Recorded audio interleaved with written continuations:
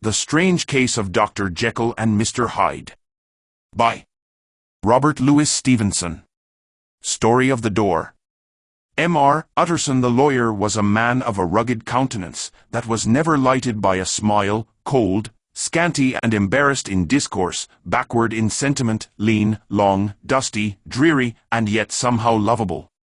At friendly meetings, and when the wine was to his taste, something eminently human beaconed from his eye, something indeed which never found its way into his talk, but which spoke not only in these silent symbols of the after-dinner face, but more often and loudly in the acts of his life. He was austere with himself, drank gin when he was alone, to mortify a taste for vintages, and though he enjoyed the theatre, had not crossed the doors of one for 20 years. But he had an approved tolerance for others, sometimes wondering, almost with envy, at the high pressure of spirits involved in their misdeeds, and in any extremity inclined to help rather than to reprove. "I incline to Cain's heresy," he used to say quaintly. "I let my brother go to the devil in his own way." In this character, it was frequently his fortune to be the last reputable acquaintance and the last good influence in the lives of down-going men. And to such as these, so long as they came about his chambers, he never marked a shade of change in his demeanor. No doubt the feat was easy to Mr. Utterson, for he was undemonstrative at the best, and even his friendship seemed to be founded in a similar catholicity of good nature. It is the mark of a modest man to accept his friendly circle ready-made from the hands of opportunity, and that was the lawyer's way. His friends were those of his own blood or those whom he had known the longest. His affections, like ivy, were the growth of time. They implied no aptness in the object. Hence, no doubt, the bond that united him to Mr. Richard Enfield, his distant kinsman, the well-known man about town. It was a nut to crack for many, what these two could see in each other, or what subject they could find in common. It was reported by those who encountered them in their Sunday walks, that they said nothing, looked singularly dull, and would hail with obvious relief the appearance of a friend. For all that, the two men put the greatest store by these excursions, counted them the chief jewel of each week, and not only set aside occasions of pleasure, but even resisted the calls of business, that they might enjoy them uninterrupted. It chanced on one of these rambles that their way led them down a by-street in a busy quarter of London. The street was small and what is called quiet, but it drove a thriving trade on the weekdays. The inhabitants were all doing well, it seemed, and all emulously hoping to do better still, and laying out the surplus of their gains in coquetry, so that the shop fronts stood along that thoroughfare with an air of invitation, like rows of smiling saleswomen. Even on Sunday, when it veiled its more florid charms and lay comparatively empty of passage, the street shone out in contrast to its dingy neighborhood, like a fire in a forest, and with its freshly painted shutters, well-polished brasses, and general cleanliness and gaiety of note, instantly caught and pleased the eye of the passenger. 2 doors from one corner, on the left hand going east, the line was broken by the entry of a court, and just at that point, a certain sinister block of building thrust forward its gable on the street. It was 2 stories high, showed no window, nothing but a door on the lower story and a blind forehead of discolored wall on the upper, and bore in every feature the marks of prolonged and sordid negligence. The door, which was equipped with neither bell nor knocker, was blistered and distained.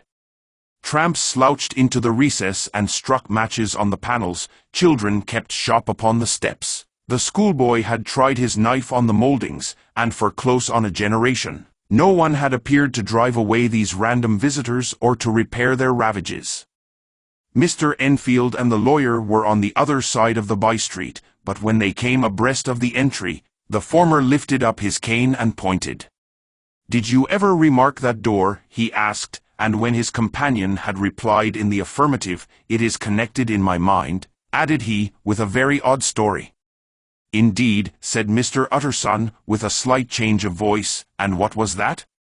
"Well, it was this way," returned Mr. Enfield. "I was coming home from some place at the end of the world, About 3 o'clock of a black winter morning, and my way lay through a part of town where there was literally nothing to be seen but lamps.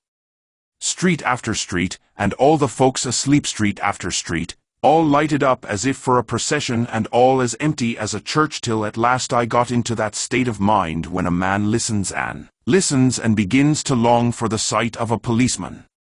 All at once, I saw two figures, one a little man who was stumping along eastward at a good walk, and the other a girl of maybe 8 or 10 who was running as hard as she was able down a cross street. Well, sir, the two ran into one another naturally enough at the corner, and then came the horrible part of the thing, for the man trampled calmly over the child's body and left her screaming on the ground.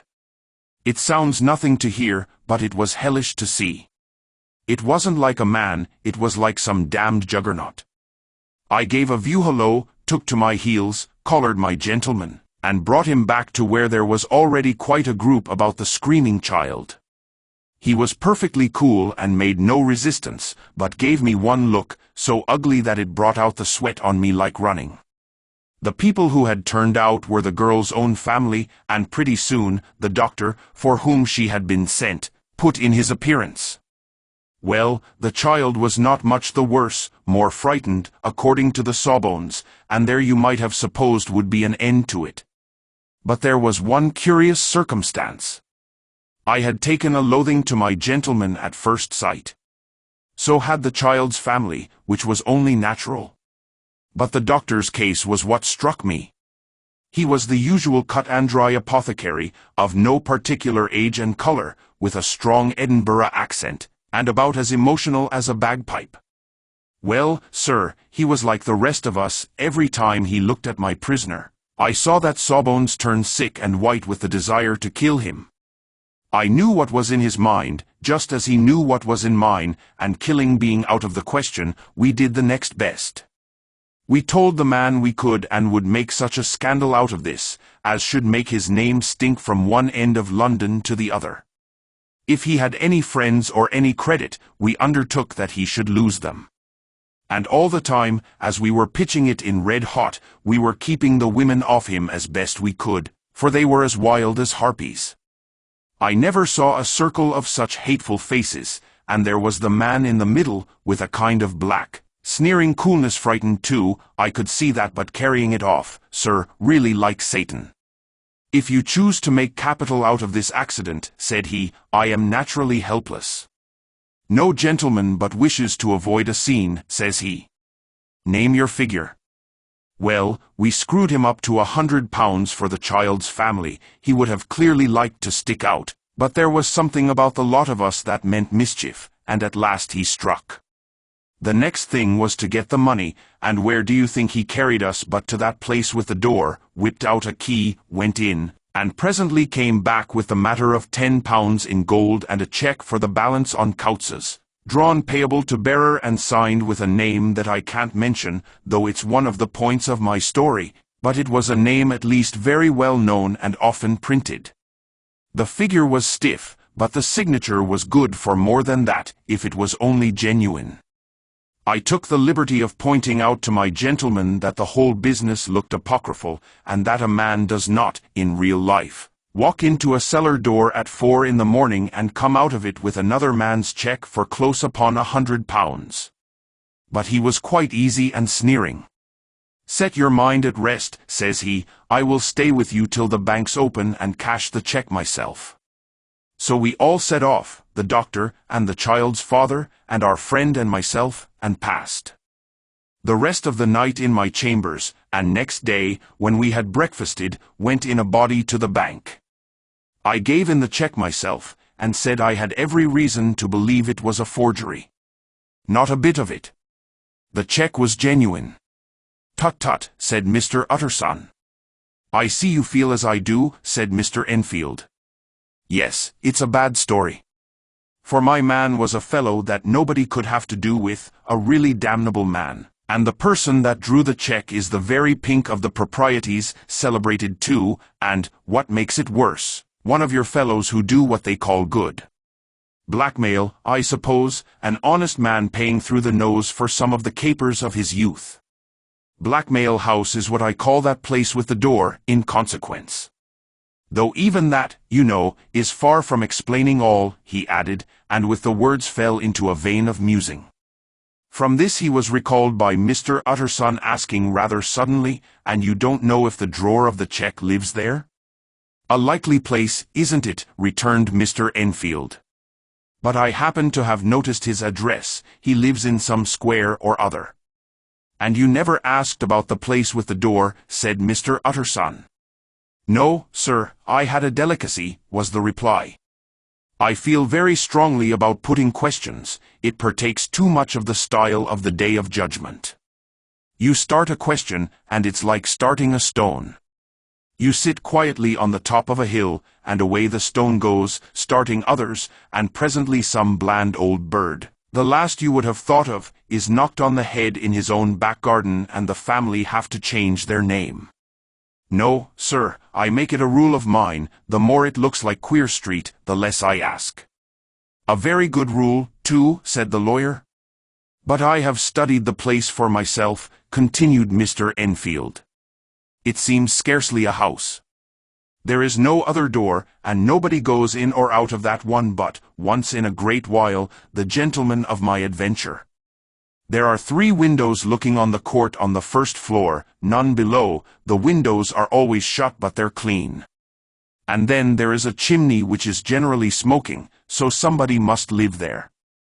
And yet it's not so sure, for the buildings are so packed together about that court, that it's hard to say where one ends and another begins." The pair walked on again for a while in silence, and then, "Enfield," said Mr. Utterson, "that's a good rule of yours." "Yes, I think it is," returned Enfield.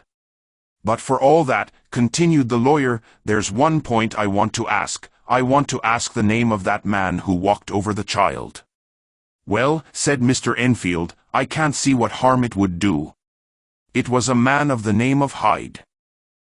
Said Mr. Utterson. "What sort of a man is he to see?" "He is not easy to describe. There is something wrong with his appearance, something displeasing, something downright detestable. I never saw a man I so disliked, and yet I scarce know why. He must be deformed somewhere. He gives a strong feeling of deformity, although I couldn't specify the point. He's an extraordinary-looking man, and yet I really can name nothing out of the way. No, sir, I can make no hand of it. I can't describe him. And it's not want of memory, for I declare I can see him this moment." Mr. Utterson again walked some way in silence and obviously under a weight of consideration. "You are sure he used a key?" he inquired at last. "My dear sir," began Enfield, surprised out of himself. "Yes, I know," said Utterson, "I know it must seem strange. The fact is, if I do not ask you the name of the other party, it is because I know it already. You see, Richard, your tale has gone home. If you have been inexact in any point, you had better correct it." "I think you might have warned me," returned the other, with a touch of sullenness. "But I have been pedantically exact, as you call it. The fellow had a key, and what's more, he has it still. I saw him use it, not a week ago." Mr. Utterson sighed deeply but said never a word, and the young man presently resumed. "Here is another lesson to say nothing," said he. "I am ashamed of my long tongue. Let us make a bargain never to refer to this again." "With all my heart," said the lawyer. "I shake hands on that, Richard. Search for Mr. Hyde." That evening Mr. Utterson came home to his bachelor house in somber spirits and sat down to dinner without relish. It was his custom of a Sunday, when this meal was over, to sit close by the fire, a volume of some dry divinity on his reading desk, until the clock of the neighboring church rang out the hour of 12, when he would go soberly and gratefully to bed. On this night, however, as soon as the cloth was taken away, he took up a candle and went into his business room. There he opened his safe, took from the most private part of it a document endorsed on the envelope as Dr. Jekyll's will, and sat down with a clouded brow to study its contents. The will was holograph, for Mr. Utterson, though he took charge of it now that it was made, had refused to lend the least assistance in the making of it. It provided not only that, in case of the decease of Henry Jekyll, M.D., D.C.L., LL.D., F.R.S., etc., all his possessions were to pass into the hands of his friend and benefactor Edward Hyde, but that in case of Dr. Jekyll's disappearance or unexplained absence for any period exceeding 3 calendar months, the said Edward Hyde should step into the said Henry Jekyll's shoes without further delay and free from any burthen or obligation, beyond the payment of a few small sums to the members of the doctor's household. This document had long been the lawyer's eyesore. It offended him both as a lawyer and as a lover of the sane and customary sides of life, to whom the fanciful was the immodest. And hitherto it was his ignorance of Mr. Hyde that had swelled his indignation. Now, by a sudden turn, it was his knowledge. It was already bad enough when the name was but a name of which he could learn no more. It was worse when it began to be clothed upon with detestable attributes, and out of the shifting, insubstantial mists that had so long baffled his eye, there leaped up the sudden, definite presentment of a fiend. "I thought it was madness," he said, as he replaced the obnoxious paper in the safe, "and now I begin to fear it is disgrace." With that he blew out his candle, put on a greatcoat, and set forth in the direction of Cavendish Square, that citadel of medicine where his friend, the great Dr. Lanyon, had his house and received his crowding patients. If anyone knows, it will be Lanyon, he had thought. The solemn butler knew and welcomed him. He was subjected to no stage of delay, but ushered direct from the door to the dining room where Dr. Lanyon sat alone over his wine. This was a hearty, healthy, dapper, red-faced gentleman with a shock of hair prematurely white, and a boisterous and decided manner. At sight of Mr. Utterson, he sprang up from his chair and welcomed him with both hands. The geniality, as was the way of the man, was somewhat theatrical to the eye, but it reposed on genuine feeling. For these two were old friends, old mates both at school and college, both thorough respecters of themselves and of each other, and, what does not always follow, men who thoroughly enjoyed each other's company. After a little rambling talk, the lawyer led up to the subject which so disagreeably preoccupied his mind. "I suppose, Lanyon," said he, "you and I must be the two oldest friends that Henry Jekyll has?" "I wish the friends were younger," chuckled Dr. Lanyon. "But I suppose we are." "And what of that?" "I see little of him now." "Indeed," said Utterson. "I thought you had a bond of common interest." "We had," was the reply. "But it is more than 10 years since Henry Jekyll became too fanciful for me. He began to go wrong in mind, and though of course I continue to take an interest in him for old sake's sake, as they say, I see and I have seen devilish little of the man. Such unscientific balderdash," added the doctor, flushing suddenly purple, "would have estranged Damon and Pythias." This little spirit of temper was somewhat of a relief to Mr. Utterson. They have only differed on some point of science, he thought, and being a man of no scientific passions, except in the matter of conveyancing, he even added, it is nothing worse than that. He gave his friend a few seconds to recover his composure, and then approached the question he had come to put. "Did you ever come across a protégé of his, one Hyde?" he asked. "Hyde," repeated Lanyon. "No. Never heard of him. Since my time." That was the amount of information that the lawyer carried back with him to the great, dark bed on which he tossed to and fro, until the small hours of the morning began to grow large. It was a night of little ease to his toiling mind, toiling in mere darkness and besieged by questions. 6 o'clock struck on the bells of the church that was so conveniently near to Mr. Utterson's dwelling, and still he was digging at the problem. Hitherto it had touched him on the intellectual side alone, but now his imagination also was engaged, or rather enslaved, and as he lay and tossed in the gross darkness of the night and the curtained room, Mr. Enfield's tale went by before his mind in a scroll of lighted pictures. He would be aware of the great field of lamps of a nocturnal city, then of the figure of a man walking swiftly, then of a child running from the doctor's, and then these met, and that human juggernaut trod the child down and passed on regardless of her screams. Or else he would see a room in a rich house, where his friend lay asleep, dreaming and smiling at his dreams. And then the door of that room would be opened, the curtains of the bed plucked apart, the sleeper recalled, and lo! there would stand by his side a figure to whom power was given, and even at that dead hour, he must rise and do its bidding. The figure in these two phases haunted the lawyer all night, and if at any time he dozed over, it was but to see it glide more stealthily through sleeping houses, or move the more swiftly and still the more swiftly, even to dizziness, through wider labyrinths of lamplight city, and at every street corner crush a child and leave her screaming.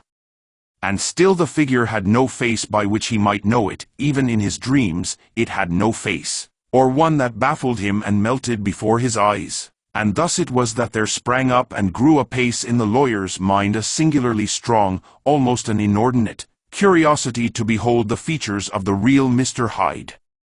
If he could but once set eyes on him, he thought the mystery would lighten and perhaps roll altogether away, as was the habit of mysterious things when well examined. He might see a reason for his friend's strange preference or bondage, call it which you please, and even for the startling clause of the will.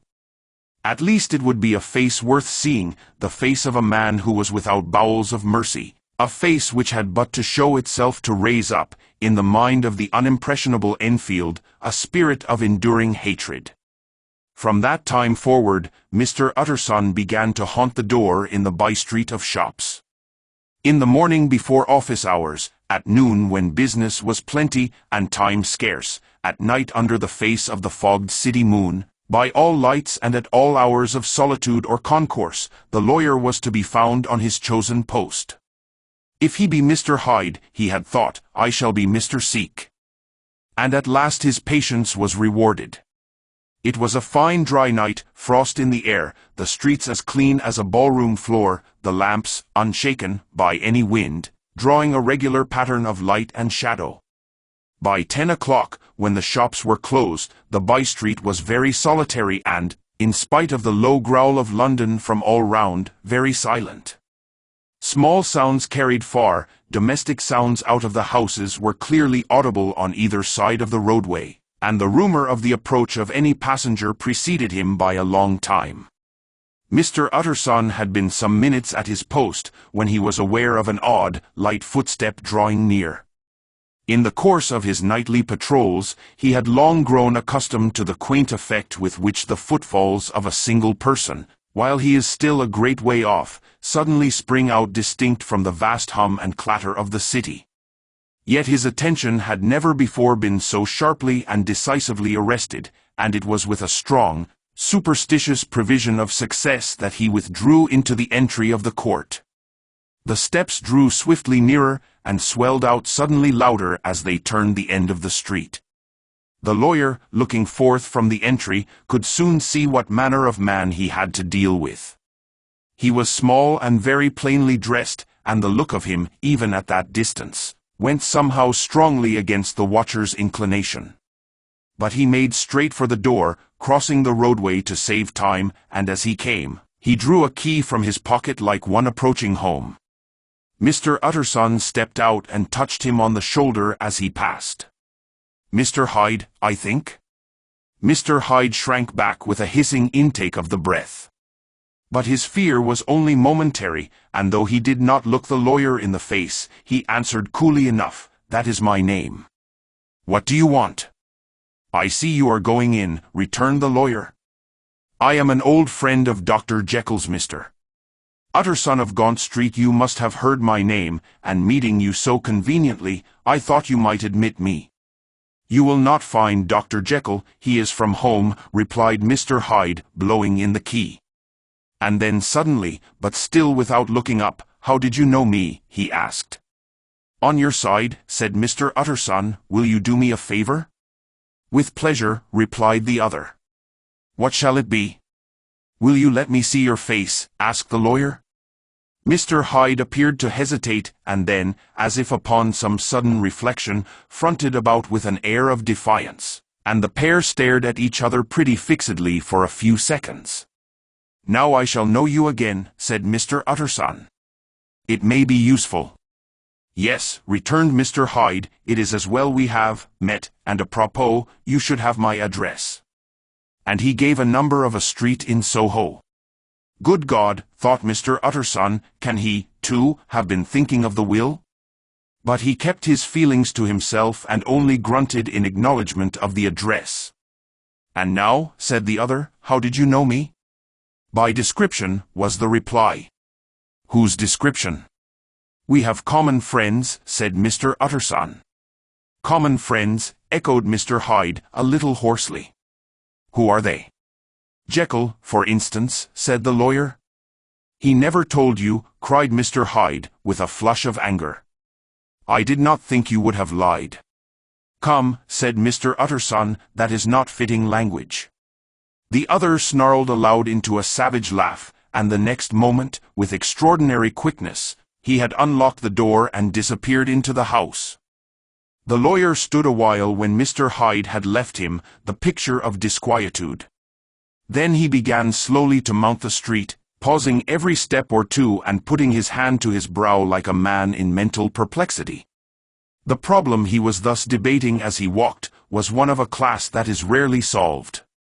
Mr. Hyde was pale and dwarfish, he gave an impression of deformity without any nameable malformation. He had a displeasing smile, he had borne himself to the lawyer with a sort of murderous mixture of timidity and boldness, and he spoke with a husky, whispering and somewhat broken voice. All these were points against him, but not all of these together could explain the hitherto unknown disgust, loathing, and fear with which Mr. Utterson regarded him. There must be something else, said the perplexed gentleman. There is something more, if I could find a name for it. God bless me, the man seems hardly human. Something troglodytic, shall we say? Or can it be the old story of Dr. Fell? Or is it the mere radiance of a foul soul that thus transpires through and transfigures its clay continent? The last, I think, for, oh my poor old Harry Jekyll, if ever I read Satan's signature upon a face, it is on that of your new friend. Round the corner from the by-street, there was a square of ancient, handsome houses, now for the most part decayed from their high estate and let in flats and chambers to all sorts and conditions of men, map engravers, architects, shady lawyers, and the agents of obscure enterprises. One house, however, second from the corner, was still occupied entire, and at the door of this, which wore a great air of wealth and comfort, though it was now plunged in darkness except for the fanlight, Mr. Utterson stopped and knocked. A well-dressed, elderly servant opened the door. "Is Dr. Jekyll at home, Poole?" asked the lawyer. "I will see, Mr. Utterson," said Poole, admitting the visitor, as he spoke, into a large, low-roofed, comfortable hall, paved with flags, warmed, after the fashion of a country house, by a bright, open fire, and furnished with costly cabinets of oak. "Will you wait here by the fire, sir? Or shall I give you a light in the dining room?" "Here, thank you," said the lawyer, and he drew near and leaned on the tall fender. This hall, in which he was now left alone, was a pet fancy of his friend the doctor's, and Utterson himself was wont to speak of it as the pleasantest room in London. But tonight there was a shudder in his blood, the face of Hyde sat heavy on his memory, he felt, what was rare with him, a nausea and distaste of life, and in the gloom of his spirits, he seemed to read a menace in the flickering of the firelight on the polished cabinets and the uneasy starting of the shadow on the roof. He was ashamed of his relief, when Poole presently returned to announce that Dr. Jekyll was gone out. "I saw Mr. Hyde go in by the old dissecting room door, Poole," he said. "Is that right, when Dr. Jekyll is from home?" "Quite right, Mr. Utterson, sir," replied the servant.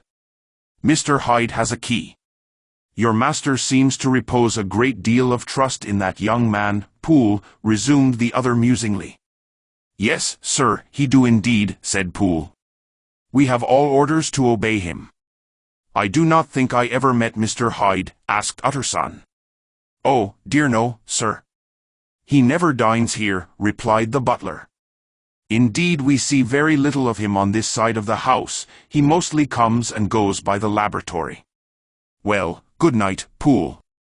Good night, Mr. Utterson. And the lawyer set out homeward with a very heavy heart. Poor Harry Jekyll, he thought, my mind misgives me he is in deep waters. He was wild when he was young, a long while ago to be sure, but in the law of God there is no statute of limitations. Aye, it must be that, the ghost of some old sin, the cancer of some concealed disgrace, punishment coming, P.D. Clodagh, years after memory has forgotten and self-love condoned the fault. And the lawyer, scared by the thought, brooded a while on his own past, groping in all the corners of memory, lest by chance some jack-in-the-box of an old iniquity should leap to light there. His past was fairly blameless. Few men could read the rolls of their life with less apprehension. Yet he was humbled to the dust by the many ill things he had done, and raised up again into a sober and fearful gratitude by the many that he had come so near to doing, yet avoided. And then by a return on his former subject, he conceived a spark of hope. This Master Hyde, if he were studied, thought he, must have secrets of his own, black secrets, by the look of him, secrets compared to which poor Jekyll's worst would be like sunshine. Things cannot continue as they are.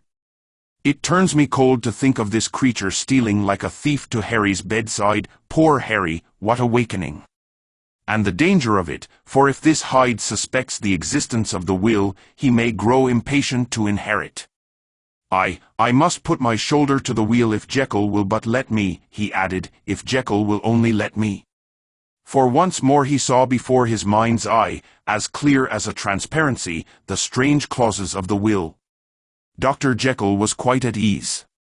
A fortnight later, by excellent good fortune, the doctor gave one of his pleasant dinners to some 5 or 6 old cronies, all intelligent, reputable men and all judges of good wine, and Mr. Utterson so contrived that he remained behind after the others had departed. This was no new arrangement, but a thing that had befallen many scores of times. Where Utterson was liked, he was liked well. Hosts loved to detain the dry lawyer, when the light-hearted and the loose-tongued had already their foot on the threshold. They liked to sit a while in his unobtrusive company, practicing for solitude, sobering their minds in the man's rich silence after the expense and strain of gaiety.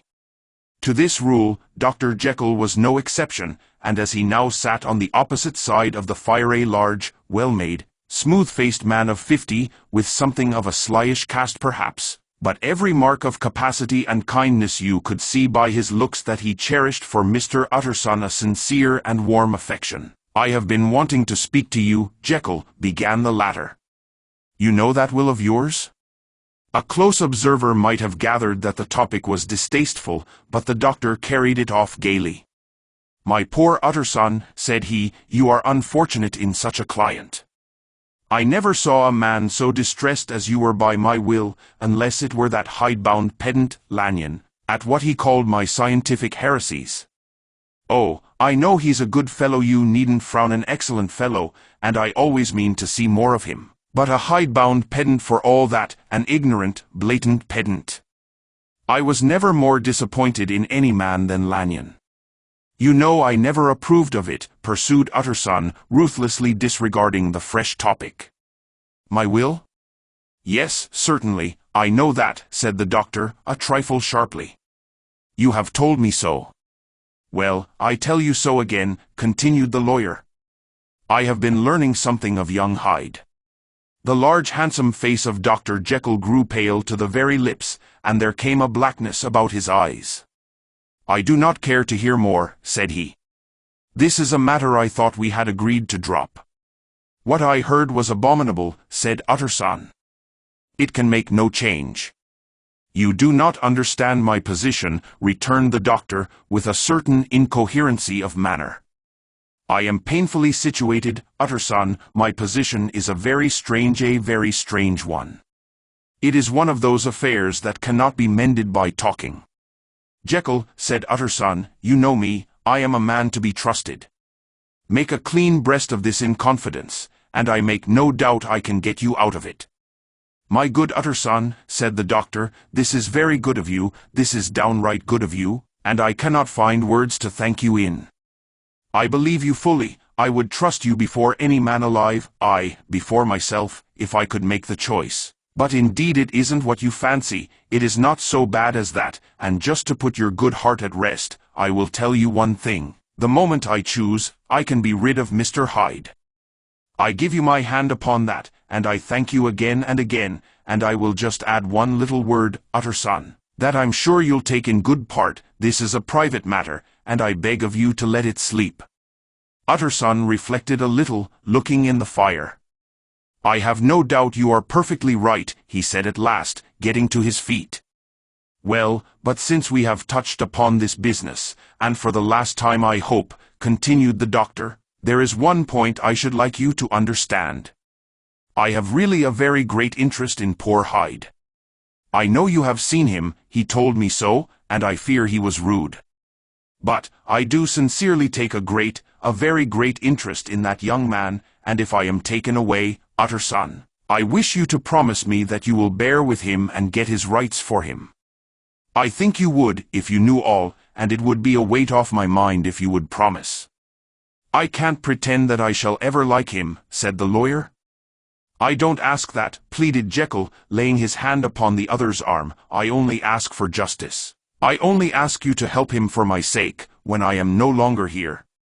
Utterson heaved an irrepressible sigh. "Well," said he, "I promise." The Carew murder case. Nearly a year later, in the month of October, 18, London was startled by a crime of singular ferocity and rendered all the more notable by the high position of the victim. The details were few and startling. A maid-servant living alone in a house not far from the river had gone upstairs to bed about 11. Although a fog rolled over the city in the small hours, the early part of the night was cloudless, and the lane, which the maid's window overlooked, was brilliantly lit by the full moon. It seems she was romantically given, for she sat down upon her box, which stood immediately under the window, and fell into a dream of musing. Never, she used to say, with streaming tears, when she narrated that experience, never had she felt more at peace with all men or thought more kindly of the world. And as she so sat she became aware of an aged and beautiful gentleman with white hair, drawing near along the lane, and advancing to meet him, another and very small gentleman, to whom at first she paid less attention. When they had come within speech, which was just under the maid's eyes, the older man bowed and accosted the other with a very pretty manner of politeness. It did not seem as if the subject of his address were of great importance. Indeed, from his pointing, it sometimes appeared as if he were only inquiring his way, but the moon shone on his face as he spoke, and the girl was pleased to watch it. It seemed to breathe such an innocent and old-world kindness of disposition, yet with something high too, as of a well-founded self-content. Presently her eye wandered to the other, and she was surprised to recognize in him a certain Mr. Hyde, who had once visited her master and for whom she had conceived a dislike. He had in his hand a heavy cane, with which he was trifling, but he answered never a word, and seemed to listen with an ill-contained impatience. And then all of a sudden he broke out in a great flame of anger, stamping with his foot, brandishing the cane, and carrying on, as the maid described it, like a madman. The old gentleman took a step back, with the air of one very much surprised and a trifle hurt, and at that Mr. Hyde broke out of all bounds and clubbed him to the earth. And next moment, with ape-like fury, he was trampling his victim under foot and hailing down a storm of blows, under which the bones were audibly shattered and the body jumped upon the roadway. At the horror of these sights and sounds, the maid fainted. It was 2 o'clock when she came to herself and called for the police. The murderer was gone long ago, but there lay his victim in the middle of the lane, incredibly mangled.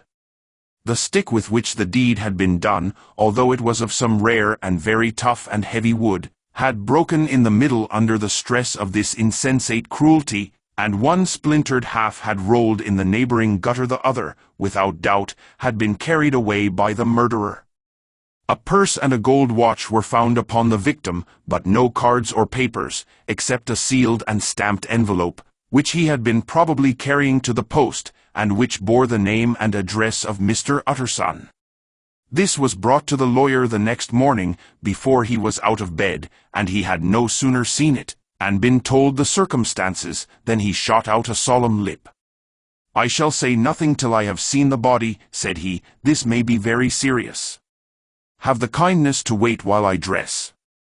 And with the same grave countenance he hurried through his breakfast and drove to the police station, whither the body had been carried. As soon as he came into the cell, he nodded. "Yes," said he, "I recognize him. I am sorry to say that this is Sir Danvers Carew." "Good God, sir," exclaimed the officer, "is it possible?" And the next moment his eye lighted up with professional ambition. "This will make a deal of noise," he said. "And perhaps you can help us to the man." And he briefly narrated what the maid had seen, and showed the broken stick. Mr. Utterson had already quailed at the name of Hyde, but when the stick was laid before him, he could doubt no longer. Broken and battered as it was, he recognized it for one that he had himself presented many years before to Henry Jekyll. "Is this Mr. Hyde a person of small stature?" he inquired. "Particularly small and particularly wicked-looking, is what the maid calls him," said the officer. Mr. Utterson reflected, and then, raising his head, "If you will come with me in my cab," he said, "I think I can take you to his house." It was by this time about 9 in the morning, and the first fog of the season. A great chocolate-colored pall lowered over heaven, but the wind was continually charging and routing these embattled vapors, so that as the cab crawled from street to street, Mr. Utterson beheld a marvelous number of degrees and hues of twilight, for here it would be dark like the back end of evening, and there would be a glow of a rich, lurid brown, like the light of some strange conflagration, and here, for a moment, the fog would be quite broken up, and a haggard shaft of daylight would glance in between the swirling wreaths. The dismal quarter of Soho seen under these changing glimpses, with its muddy ways, and slatternly passengers, and its lamps, which had never been extinguished or had been kindled afresh to combat this mournful reinvasion of darkness, seemed, in the lawyer's eyes, like a district of some city in a nightmare. The thoughts of his mind, besides, were of the gloomiest dye, and when he glanced at the companion of his drive, he was conscious of some touch of that terror of the law and the law's officers, which may at times assail the most honest. As the cab drew up before the address indicated, the fog lifted a little and showed him a dingy street, a gin palace, a low French eating-house, a shop for the retail of penny numbers and twopenny salads, many ragged children huddled in the doorways, and many women of different nationalities passing out, key in hand, to have a morning glass. And the next moment the fog settled down again upon that part, as brown as umber, and cut him off from his blackguardly surroundings. This was the home of Henry Jekyll's favourite, of a man who was heir to £250,000 sterling. An ivory-faced and silvery-haired old woman opened the door. She had an evil face, smoothed by hypocrisy, but her manners were excellent. Yes, she said, this was Mr. Hyde's, but he was not at home, he had been in that night very late, but had gone away again in less than an hour. There was nothing strange in that. His habits were very irregular, and he was often absent. For instance, it was nearly 2 months since she had seen him till yesterday. Very well, then, we wish to see his rooms, said the lawyer, and when the woman began to declare it was impossible, I had better tell you who this person is, he added. This is Inspector Newcomen of Scotland Yard. A flash of odious joy appeared upon the woman's face. Ah, said she, he is in trouble. What has he done? Mr. Utterson and the inspector exchanged glances. He don't seem a very popular character, observed the latter. And now, my good woman, just let me and this gentleman have a look about us. In the whole extent of the house, which but for the old woman remained otherwise empty, Mr. Hyde had only used a couple of rooms, but these were furnished with luxury and good taste. A closet was filled with wine, the plate was of silver, the napery elegant, a good picture hung upon the walls, a gift, as Utterson supposed, from Henry Jekyll, who was much of a connoisseur, and the carpets were of many plies and agreeable in colour. At this moment, however, the rooms bore every mark of having been recently and hurriedly ransacked. Clothes lay about the floor, with their pockets inside out. Lockfast drawers stood open, and on the hearth there lay a pile of grey ashes, as though many papers had been burned. From these embers the inspector disinterred the butt end of a green cheque-book, which had resisted the action of the fire. The other half of the stick was found behind the door, and as this clinched his suspicions, the officer declared himself delighted. A visit to the bank, where several £1,000s were found to be lying to the murderer's credit, completed his gratification.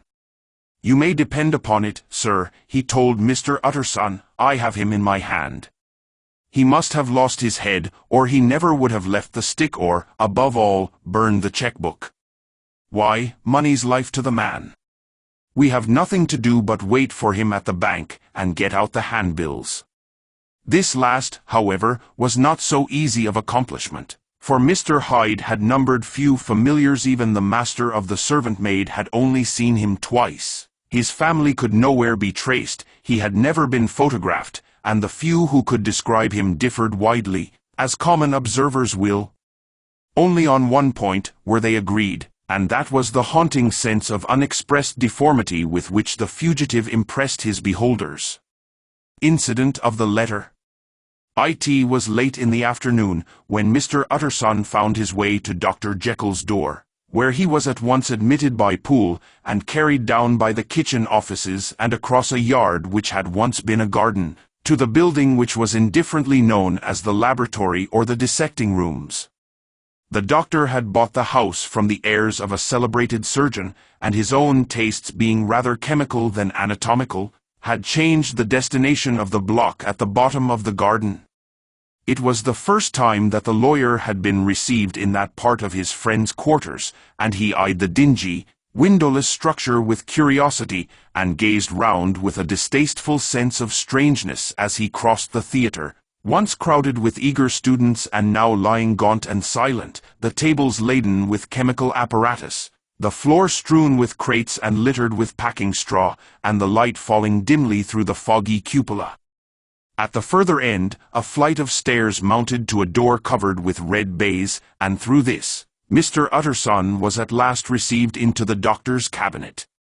It was a large room, fitted round with glass presses, furnished, among other things, with a cheval-glass and a business table, and looking out upon the court by 3 dusty windows barred with iron. A fire burned in the grate, a lamp was set lighted on the chimney shelf, for even in the houses the fog began to lie thickly, and there, close up to the warmth, sat Dr. Jekyll, looking deadly sick. He did not rise to meet his visitor, but held out a cold hand and bade him welcome in a changed voice. "And now," said Mr. Utterson, as soon as Poole had left them, "you have heard the news?" The doctor shuddered. "They were crying it in the square," he said. "I heard them in my dining room." "One word," said the lawyer. "Carew was my client, but so are you, and I want to know what I am doing. You have not been mad enough to hide this fellow?" "Utterson, I swear to God," cried the doctor, "I swear to God I will never set eyes on him again. I bind my honor to you that I am done with him in this world. It is all at an end. And indeed he does not want my help. You do not know him as I do. He is safe, he is quite safe, mark my words, he will never more be heard of." The lawyer listened gloomily. He did not like his friend's feverish manner. "You seem pretty sure of him," said he, "and for your sake, I hope you may be right. If it came to a trial, your name might appear." "I am quite sure of him," replied Jekyll. "I have grounds for certainty that I cannot share with anyone. But there is one thing on which you may advise me. I have received a letter, and I am at a loss whether I should show it to the police. I should like to leave it in your hands, Utterson. You would judge wisely, I am sure. I have so great a trust in you." "You fear, I suppose, that it might lead to his detection?" asked the lawyer. No, said the other. I cannot say that I care what becomes of Hyde. I am quite done with him. I was thinking of my own character, which this hateful business has rather exposed. Utterson ruminated a while. He was surprised at his friend's selfishness, and yet relieved by it. Well, said he, at last, let me see the letter. The letter was written in an odd, upright hand and signed Edward Hyde, and it signified, briefly enough, that the writer's benefactor, Dr. Jekyll, whom he had long so unworthily repaid for 1,000 generosities, need labor under no alarm for his safety, as he had means of escape on which he placed a sure dependence. The lawyer liked this letter well enough. It put a better color on the intimacy than he had looked for, and he blamed himself for some of his past suspicions. Have you the envelope? He asked. I burned it, replied Jekyll, before I thought what I was about. But it bore no postmark. The note was handed in. Shall I keep this and sleep upon it? Asked Utterson. I wish you to judge for me entirely, was the reply. I have lost confidence in myself. Well, I shall consider, returned the lawyer. And now one word more. It was Hyde who dictated the terms in your will about that disappearance? The doctor seemed seized with a qualm of faintness. He shut his mouth tight and nodded. I knew it, said Utterson. He meant to murder you. You have had a fine escape. I have had what is far more to the purpose, returned the doctor solemnly. I have had a lesson, O God, Utterson. What a lesson I have had. And he covered his face for a moment with his hands. On his way out, the lawyer stopped and had a word or two with Poole. By the by, said he, there was a letter handed in today. What was the messenger like? But Poole was positive nothing had come except by post, and only circulars by that, he added. This news sent off the visitor with his fears renewed. Plainly the letter had come by the laboratory door. Possibly, indeed, it had been written in the cabinet, and if that were so, it must be differently judged, and handled with the more caution. The newsboys, as he went, were crying themselves hoarse along the footways. Special edition. Shocking murder of an MP. That was the funeral oration of one friend and client, and he could not help a certain apprehension lest the good name of another should be sucked down in the eddy of the scandal. It was, at least, a ticklish decision that he had to make, and self-reliant as he was by habit, he began to cherish a longing for advice. It was not to be had directly, but perhaps, he thought, it might be fished for.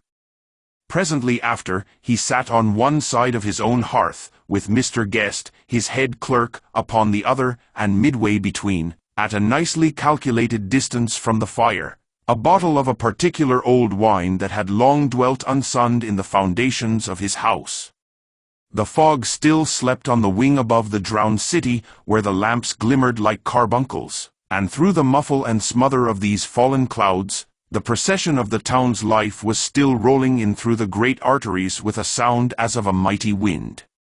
But the room was gay with firelight. In the bottle the acids were long ago resolved. The imperial dye had softened with time, as the color grows richer in stained windows, and the glow of hot autumn afternoons on hillside vineyards was ready to be set free and to disperse the fogs of London. Insensibly the lawyer melted. There was no man from whom he kept fewer secrets than Mr. Guest, and he was not always sure that he kept as many as he meant. Guest had often been on business to the doctors. He knew Poole. He could scarce have failed to hear of Mr. Hyde's familiarity about the house. He might draw conclusions. Was it not as well, then, that he should see a letter which put that mystery to rights? And above all, since Guest, being a great student and critic of handwriting, would consider the step natural and obliging? The clerk, besides, was a man of counsel. He would scarce read so strange a document without dropping a remark, and by that remark Mr. Utterson might shape his future course. This is a sad business about Sir Danvers, he said. Yes, sir, indeed. It has elicited a great deal of public feeling, returned Guest. The man, of course, was mad.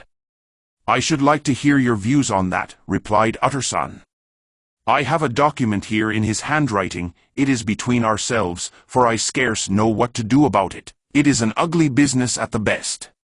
But there it is, quite in your way, a murderer's autograph. Guest's eyes brightened, and he sat down at once and studied it with passion. No, sir, he said, not mad, but it is an odd hand. And by all accounts a very odd writer, added the lawyer. Just then the servant entered with a note. Is that from Dr. Jekyll, sir? Inquired the clerk. I thought I knew the writing. Anything private, Mr. Utterson? Only an invitation to dinner. Why? Do you want to see it? One moment. I thank you, sir, and the clerk laid the 2 sheets of paper alongside and sedulously compared their contents. Thank you, sir, he said at last, returning both. It's a very interesting autograph. There was a pause, during which Mr. Utterson struggled with himself. Why did you compare them, guest? He inquired suddenly. Well, sir, returned the clerk, there's a rather singular resemblance. The 2 hands are in many points identical, only differently sloped. Rather quaint, said Utterson. It is, as you say, rather quaint, returned Guest. I wouldn't speak of this note, you know, said the master. No, sir, said the clerk. I understand. But no sooner was Mr. Utterson alone that night than he locked the note into his safe, where it reposed from that time forward. What, he thought. Henry Jekyll forged for a murderer? And his blood ran cold in his veins. Remarkable incident of Dr. Lanyon. Time ran on, thousands of pounds were offered in reward, for the death of Sir Danvers was resented as a public injury, but Mr. Hyde had disappeared out of the ken of the police as though he had never existed. Much of his past was unearthed, indeed, and all disreputable tales came out of the man's cruelty, at once so callous and violent, of his vile life, of his strange associates, of the hatred that seemed to have surrounded his career, but of his present whereabouts, not a whisper. From the time he had left the house in Soho on the morning of the murder, he was simply blotted out, and gradually, as time drew on, Mr. Utterson began to recover from the hotness of his alarm, and to grow more at quiet with himself. The death of Sir Danvers was, to his way of thinking, more than paid for by the disappearance of Mr. Hyde. Now that that evil influence had been withdrawn, a new life began for Dr. Jekyll. He came out of his seclusion, renewed relations with his friends, became once more their familiar guest and entertainer, and whilst he had always been known for charities, he was now no less distinguished for religion. He was busy, he was much in the open air, he did good, his face seemed to open and brighten, as if with an inward consciousness of service, and for more than 2 months, the doctor was at peace. On the 8th of January Utterson had dined at the doctor's with a small party. Lanyon had been there, and the face of the host had looked from one to the other as in the old days when the trio were inseparable friends. On the 12th, and again on the 14th, the door was shut against the lawyer. The doctor was confined to the house, Poole said, and saw no one.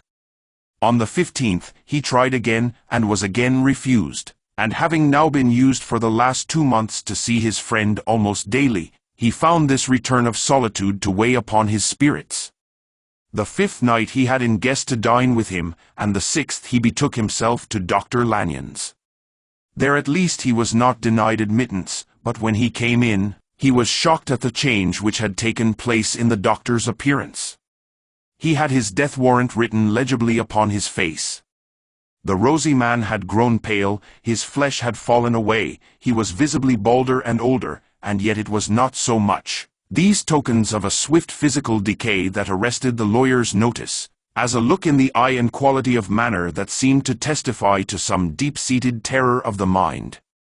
It was unlikely that the doctor should fear death, and yet that was what Utterson was tempted to suspect. Yes, he thought, he is a doctor, he must know his own state and that his days are counted, and the knowledge is more than he can bear. And yet when Utterson remarked on his ill looks, it was with an air of greatness that Lanyon declared himself a doomed man. I have had a shock, he said, and I shall never recover. It is a question of weeks. Well, life has been pleasant. I liked it. Yes, sir, I used to like it. I sometimes think if we knew all, we should be more glad to get away. Jekyll is ill, too, observed Utterson. Have you seen him? But Lanyon's face changed, and he held up a trembling hand. I wish to see or hear no more of Dr. Jekyll, he said in a loud, unsteady voice.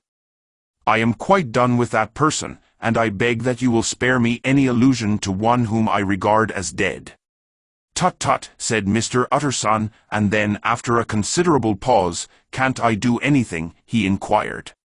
We are three very old friends, Lanyon, we shall not live to make others. Nothing can be done, returned Lanyon, ask himself. He will not see me, said the lawyer. I am not surprised at that, was the reply. Some day, Utterson, after I am dead, you may perhaps come to learn the right and wrong of this. I cannot tell you. And in the meantime, if you can sit and talk with me of other things, for God's sake, stay and do so. But if you cannot keep clear of this accursed topic, then, in God's name, go, for I cannot bear it. As soon as he got home, Utterson sat down and wrote to Jekyll, complaining of his exclusion from the house, and asking the cause of this unhappy break with Lanyon, and the next day brought him a long answer, often very pathetically worded, and sometimes darkly mysterious in drift. The quarrel with Lanyon was incurable. I do not blame our old friend, Jekyll wrote, but I share his view that we must never meet. I mean from henceforth to lead a life of extreme seclusion. You must not be surprised, nor must you doubt my friendship, if my door is often shut even to you. You must suffer me to go my own dark way. I have brought on myself a punishment and a danger that I cannot name. If I am the chief of sinners, I am the chief of sufferers also. I could not think that this earth contained a place for sufferings and terrors so unmanning, and you can do but one thing, Utterson, to lighten this destiny, and that is to respect my silence. Utterson was amazed. The dark influence of Hyde had been withdrawn, the doctor had returned to his old tasks and amities. A week ago, the prospect had smiled with every promise of a cheerful and an honored age, and now in a moment, friendship and peace of mind, and the whole tenor of his life were wrecked. So great and unprepared a change pointed to madness, but in view of Lanyon's manner and words, there must lie for it some deeper ground. A week afterwards Dr. Lanyon took to his bed, and in something less than a fortnight he was dead. The night after the funeral, at which he had been sadly affected, Utterson locked the door of his business room, and sitting there by the light of a melancholy candle, drew out and set before him an envelope addressed by the hand and sealed with the seal of his dead friend. Private, for the hands of G.J. Utterson alone, and in case of his predeceased to be destroyed unread, so it was emphatically superscribed, and the lawyer dreaded to behold the contents. I have buried one friend today, he thought, what if this should cost me another? And then he condemned the fear as a disloyalty, and broke the seal. Within there was another enclosure, likewise sealed, and marked upon the cover as, not to be opened till the death or disappearance of Dr. Henry Jekyll. Utterson could not trust his eyes. Yes, it was disappearance, here again, as in the mad will which he had long ago restored to its author. Here again were the idea of a disappearance and the name of Henry Jekyll bracketed. But in the will, that idea had sprung from the sinister suggestion of the man Hyde. It was set there with a purpose all too plain and horrible. Written by the hand of Lanyon, what should it mean? A great curiosity came on the trustee to disregard the prohibition and dive at once to the bottom of these mysteries. But professional honor and faith to his dead friend were stringent obligations, and the packet slept in the inmost corner of his private safe. It is one thing to mortify curiosity, another to conquer it, and it may be doubted if, from that day forth, Utterson desired the society of his surviving friend with the same eagerness. He thought of him kindly, but his thoughts were disquieted and fearful. He went to call indeed, but he was perhaps relieved to be denied admittance, perhaps, in his heart, he preferred to speak with Poole upon the doorstep and surrounded by the air and sounds of the open city, rather than to be admitted into that house of voluntary bondage, and to sit and speak with its inscrutable recluse. Poole had, indeed, no very pleasant news to communicate. The doctor, it appeared, now more than ever confined himself to the cabinet over the laboratory, where he would sometimes even sleep. He was out of spirits, he had grown very silent, he did not read. It seemed as if he had something on his mind. Utterson became so used to the unvarying character of these reports, that he fell off little by little in the frequency of his visits. Incident at the window. It chanced on Sunday, when Mr. Utterson was on his usual walk with Mr. Enfield, that their way lay once again through the by-street, and that when they came in front of the door, both stopped to gaze on it. "Well," said Enfield, "that story's at an end at least. We shall never see more of Mr. Hyde." "I hope not," said Utterson. "Did I ever tell you that I once saw him, and shared your feeling of repulsion?" "It was impossible to do the one without the other," returned Enfield.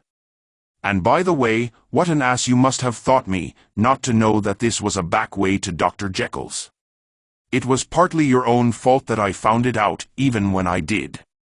"So you found it out, did you?" said Utterson. "But if that be so, we may step into the court and take a look at the windows. To tell you the truth, I am uneasy about poor Jekyll, and even outside, I feel as if the presence of a friend might do him good." The court was very cool and a little damp, and full of premature twilight, although the sky, high up overhead, was still bright with sunset. The middle one of the three windows was halfway open, and sitting close beside it, taking the air with an infinite sadness of mien, like some disconsolate prisoner, Utterson saw Dr. Jekyll. "What? Jekyll," he cried. "I trust you are better." "I am very low, Utterson," replied the doctor, drearily, "very low. It will not last long, thank God." "You stay too much indoors," said the lawyer. "You should be out, whipping up the circulation like Mr. Enfield and me. This is my cousin Mr. Enfield Dr. Jekyll. Come, now, get your hat and take a quick turn with us." "You are very good," sighed the other. "I should like to very much, but no, it is quite impossible, I dare not. But indeed, Utterson, I am very glad to see you, this is really a great pleasure. I would ask you and Mr. Enfield up, but the place is really not fit." "Why then," said the lawyer, good-naturedly, "the best thing we can do is to stay down here and speak with you from where we are." "That is just what I was about to venture to propose," returned the doctor with a smile. But the words were hardly uttered, before the smile was struck out of his face and succeeded by an expression of such abject terror and despair, as froze the very blood of the two gentlemen below. They saw it but for a glimpse, for the window was instantly thrust down, but that glimpse had been sufficient, and they turned and left the court without a word. In silence, too, they traversed the by-street, and it was not until they had come into a neighboring thoroughfare, where even upon a Sunday there were still some stirrings of life, that Mr. Utterson at last turned and looked at his companion. They were both pale, and there was an answering horror in their eyes. God forgive us," said Mr. Utterson. But Mr. Enfield only nodded his head very seriously and walked on once more in silence. The last night? Mr. Utterson was sitting by his fireside one evening after dinner, when he was surprised to receive a visit from Poole. "Bless me, Poole, what brings you here?" he cried, and then taking a second look at him, "What ails you?" he added, "is the doctor ill?" "Mr. Utterson," said the man, "there is something wrong." "Take a seat, and here is a glass of wine for you," said the lawyer. "Now, take your time, and tell me plainly what you want." "You know the doctor's ways, sir," replied Poole, "and how he shuts himself up." "Well, he's shut up again in the cabinet, and I don't like it, sir. I wish I may die if I like it. Mr. Utterson, sir, I'm afraid." "Now, my good man," said the lawyer, "be explicit. What are you afraid of?" "I've been afraid for about a week," returned Poole, doggedly disregarding the question, "and I can bear it no more." The man's appearance amply bore out his words. His manner was altered for the worse, and except for the moment when he had first announced his terror, he had not once looked the lawyer in the face. Even now, he sat with the glass of wine untasted on his knee, and his eyes directed to a corner of the floor. "I can bear it no more," he repeated. "Come," said the lawyer, "I see you have some good reason. Poole, I see there is something seriously amiss. Try to tell me what it is." "I think there's been foul play," said Poole, hoarsely. "Foul play," cried the lawyer, a good deal frightened and rather inclined to be irritated in consequence. "What foul play? What does the man mean?" "I daren't say, sir," was the answer, "but will you come along with me and see for yourself?" Mr. Utterson's only answer was to rise and get his hat and greatcoat, but he observed with wonder the greatness of the relief that appeared upon the butler's face, and perhaps with no less, that the wine was still untasted when he set it down to follow. It was a wild, cold, seasonable night of March, with a pale moon, lying on her back as though the wind had tilted her, and a flying rack of the most diaphanous and lawny texture. The wind made talking difficult, and flecked the blood into the face. It seemed to have swept the streets unusually bare of passengers, besides, for Mr. Utterson thought he had never seen that part of London so deserted. He could have wished it otherwise. Never in his life had he been conscious of so sharp a wish to see and touch his fellow creatures, for struggle as he might, there was borne in upon his mind a crushing anticipation of calamity. The square, when they got there, was all full of wind and dust, and the thin trees in the garden were lashing themselves along the railing. Poole, who had kept all the way a pace or two ahead, now pulled up in the middle of the pavement, and in spite of the biting weather, took off his hat and mopped his brow with a red pocket handkerchief. But for all the hurry of his cowing, these were not the dews of exertion that he wiped away, but the moisture of some strangling anguish, for his face was white and his voice, when he spoke, harsh and broken. "Well, sir," he said, "here we are, and God grant there be nothing wrong." "Amen, Poole," said the lawyer. Thereupon the servant knocked in a very guarded manner, the door was opened on the chain, and a voice asked from within, "Is that you, Poole?" "It's all right," said Poole. "Open the door." The hall, when they entered it, was brightly lighted up, the fire was built high, and about the hearth the whole of the servants, men and women, stood huddled together like a flock of sheep. At the sight of Mr. Utterson, the housemaid broke into hysterical whimpering, and the cook, crying out, "Bless God! It's Mr. Utterson," ran forward as if to take him in her arms. What? "Are you all here?" said the lawyer peevishly. "Very irregular, very unseemly, your master would be far from pleased." "They're all afraid," said Poole. Blank silence followed, no one protesting, only the maid lifted up her voice and now wept loudly. "Hold your tongue," Poole said to her, with a ferocity of accent that testified to his own jangled nerves, and indeed, when the girl had so suddenly raised the note of her lamentation, they had all started and turned toward the inner door with faces of dreadful expectation. "And now," continued the butler, addressing the knife boy, "reach me a candle, and we'll get this through hands at once."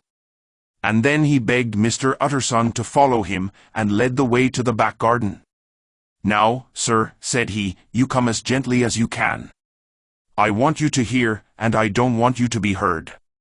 And see here, sir, if by any chance he was to ask you in, don't go." Mr. Utterson's nerves, at this unlooked-for termination, gave a jerk that nearly threw him from his balance, but he recollected his courage and followed the butler into the laboratory building and through the surgical theatre, with its lumber of crates and bottles, to the foot of the stair. Here Poole motioned him to stand on one side and listen, while he himself, setting down the candle and making a great and obvious call on his resolution, mounted the steps and knocked with a somewhat uncertain hand on the red baize of the cabinet door. "Mr. Utterson, sir, asking to see you," he called, and even as he did so, once more violently signed to the lawyer to give ear. A voice answered from within, "Tell him I cannot see any one," it said complainingly. "Thank you, sir," said Poole, with a note of something like triumph in his voice, and taking up his candle, he led Mr. Utterson back across the yard and into the great kitchen, where the fire was out and the beetles were leaping on the floor. "Sir," he said, looking Mr. Utterson in the eyes, "was that my master's voice?" "It seems much changed," replied the lawyer, very pale, but giving look for look. "Changed? Well, yes, I think so," said the butler. "Have I been 20 years in this man's house, to be deceived about his voice?"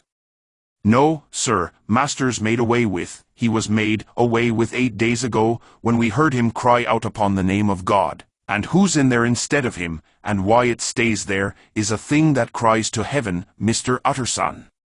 "This is a very strange tale, Poole, this is rather a wild tale, my man," said Mr. Utterson, biting his finger.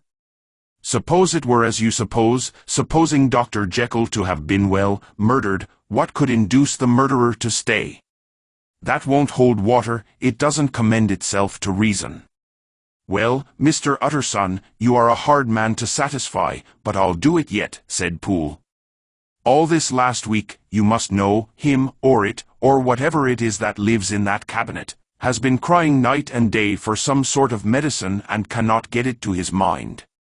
It was sometimes his way, the master's, that is to write his orders on a sheet of paper and throw it on the stair. We've had nothing else this week back, nothing but papers, and a closed door, and the very meals left there to be smuggled in when nobody was looking. Well, sir, every day, aye, and twice and thrice in the same day, there have been orders and complaints, and I have been sent flying to all the wholesale chemists in town. Every time I brought the stuff back, there would be another paper telling me to return it because it was not pure, and another order to a different firm. This drug is wanted bitter bad, sir, whatever for." "Have you any of these papers?" asked Mr. Utterson. Poole felt in his pocket and handed out a crumpled note, which the lawyer, bending nearer to the candle, carefully examined. Its contents ran thus: "Dr. Jekyll presents his compliments to Messrs. Ma. He assures them that their last sample is impure and quite useless for his present purpose. In the year 18, Dr. J. purchased a somewhat large quantity from Messrs. M. He now begs them to search with the most sedulous care, and should any of the same quality be left, to forward it to him at once. Expense is no consideration. The importance of this to Dr. J. can hardly be exaggerated." So far the letter had run composedly enough, but here, with a sudden splutter of the pen, the writer's emotion had broken loose. "For God's sake," he had added, "find me some of the old." "This is a strange note," said Mr. Utterson, and then sharply, "how do you come to have it open?" "The man at Maw's was main angry, sir, and he threw it back to me like so much dirt," returned Poole. "This is unquestionably the doctor's hand, do you know," resumed the lawyer. "I thought it looked like it," said the servant rather sulkily, and then, with another voice, "But what matters hand of right," he said. "I've seen him." "Seen him," repeated Mr. Utterson. "Well, that's it," said Poole. "It was this way. I came suddenly into the theatre from the garden. It seems he had slipped out to look for this drug or whatever it is, for the cabinet door was open, and there he was at the far end of the room digging among the crates. He looked up when I came in, gave a kind of cry, and whipped upstairs into the cabinet. It was but for 1 minute that I saw him, but the hair stood upon my head like quills. Sir, if that was my master, why had he a mask upon his face? If it was my master, why did he cry out like a rat and run from me? I have served him long enough. And then?" The man paused and passed his hand over his face. "These are all very strange circumstances," said Mr. Utterson, "but I think I begin to see daylight. Your master, Poole, is plainly seized with one of those maladies that both torture and deform the sufferer, hence, for aught I know, the alteration of his voice, hence the mask and the avoidance of his friends, hence his eagerness to find this drug, by means of which the poor soul retains some hope of ultimate recovery. God grant that he be not deceived. There is my explanation. It is sad enough, Poole, aye, and appalling to consider, but it is plain and natural, hangs well together, and delivers us from all exorbitant alarms. Sir, said the butler, turning to a sort of mottled pallor, that thing was not my master, and there's the truth. My master, here he looked round him and began to whisper, is a tall, fine build of a man, and this was more of a dwarf. Utterson attempted to protest. Oh, sir, cried Poole, do you think I do not know my master after 20 years? Do you think I do not know where his head comes to in the cabinet door, where I saw him every morning of my life? No, sir, that thing in the mask was never Dr. Jekyll. God knows what it was, but it was never Dr. Jekyll, and it is the belief of my heart that there was murder done. Poole, replied the lawyer, if you say that, it will become my duty to make certain. Much as I desire to spare your master's feelings, much as I am puzzled by this note which seems to prove him to be still alive, I shall consider it my duty to break in that door. Ah, Mr. Utterson, that's talking, cried the butler. And now comes the second question, resumed Utterson, who is going to do it? Why, you and me, was the undaunted reply. That's very well said, returned the lawyer, and whatever comes of it, I shall make it my business to see you are no loser. There is an axe in the theatre, continued Poole, and you might take the kitchen poker for yourself. The lawyer took that rude but weighty instrument into his hand, and balanced it. Do you know, Poole, he said, looking up, that you and I are about to place ourselves in a position of some peril? You may say so, sir, indeed, returned the butler. It is well, then, that we should be frank, said the other. We both think more than we have said, let us make a clean breast. This masked figure that you saw, did you recognize it? Well, sir, it went so quick, and the creature was so doubled up, that I could hardly swear to that, was the answer. But if you mean, was it Mr. Hyde, why, yes, I think it was. You see, it was much of the same bigness, and it had the same quick, light way with it, and then who else could have got in by the laboratory door? You have not forgot, sir, that at the time of the murder he had still the key with him? But that's not all. I don't know, Mr. Utterson, if ever you met this Mr. Hyde. Yes, said the lawyer, I once spoke with him. Then you must know as well as the rest of us that there was something queer about that gentleman, something that gave a man a turn. I don't know rightly how to say it, sir, beyond this, that you felt it in your marrow, kind of cold and thin. I own I felt something of what you describe, said Mr. Utterson. Quite so, sir, returned Poole. Well, when that masked thing like a monkey jumped from among the chemicals and whipped into the cabinet, it went down my spine like ice. Oh, I know it's not evidence, Mr. Utterson.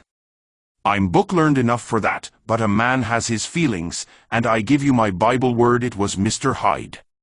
I, said the lawyer. My fears incline to the same point. Evil, I fear, founded evil was sure to come of that connection. Truly, I believe you, I believe poor Harry is killed, and I believe his murderer, for what purpose, God alone can tell, is still lurking in his victim's room. Well, let our name be Vengeance. Call Bradshaw. The footman came at the summons, very white and nervous. Pull yourself together, Bradshaw, said the lawyer. This suspense, I know, is telling upon all of you, but it is now our intention to make an end of it. Poole, here, and I are going to force our way into the cabinet. If all is well, my shoulders are broad enough to bear the blame. Meanwhile, lest anything should really be amiss, or any malefactor seek to escape by the back, you and the boy must go round the corner with a pair of good sticks and take your post at the laboratory door. We give you 10 minutes to get to your stations. As Bradshaw left, the lawyer looked at his watch. And now, Poole, let us get to ours, he said, and taking the poker under his arm, led the way into the yard. The scud had banked over the moon, and it was now quite dark. The wind, which only broke in puffs and drafts into that deep well of building, tossed the light of the candle to and fro about their steps, until they came into the shelter of the theatre, where they sat down silently to wait. London hummed solemnly all around, but nearer at hand, The stillness was only broken by the sounds of a footfall moving to and fro along the cabinet floor. "So it will walk all day, sir," whispered Poole, "aye, and the better part of the night. Only when a new sample comes from the chemist, there's a bit of a break. Ah, it's an ill conscience that's such an enemy to rest. Ah, sir, there's blood foully shed in every step of it. But hark again, a little closer, put your heart in your ears, Mr. Utterson, and tell me, is that the doctor's foot?" The steps fell lightly and oddly, with a certain swing, for all they went so slowly. It was different indeed from the heavy creaking tread of Henry Jekyll. Utterson sighed. "Is there never anything else?" he asked. Poole nodded. "Once," he said. "Once I heard it weeping." "Weeping?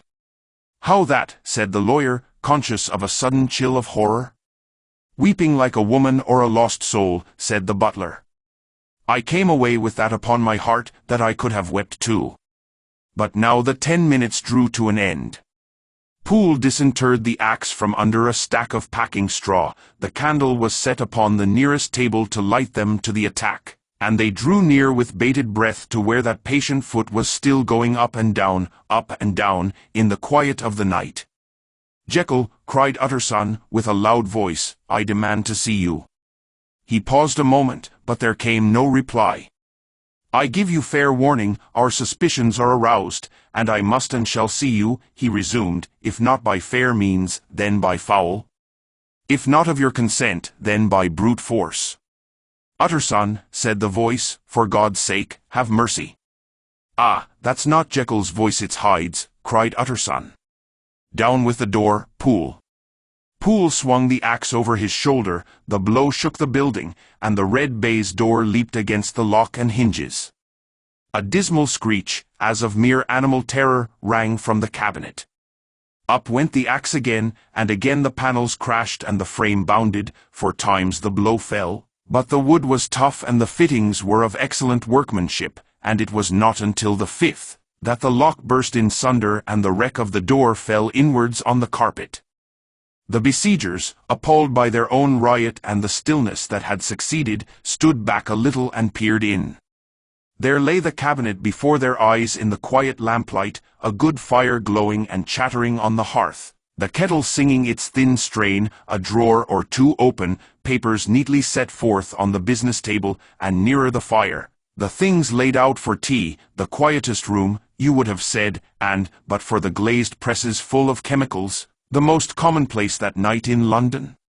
Right in the midst there lay the body of a man sorely contorted and still twitching. They drew near on tiptoe, turned it on its back, and beheld the face of Edward Hyde.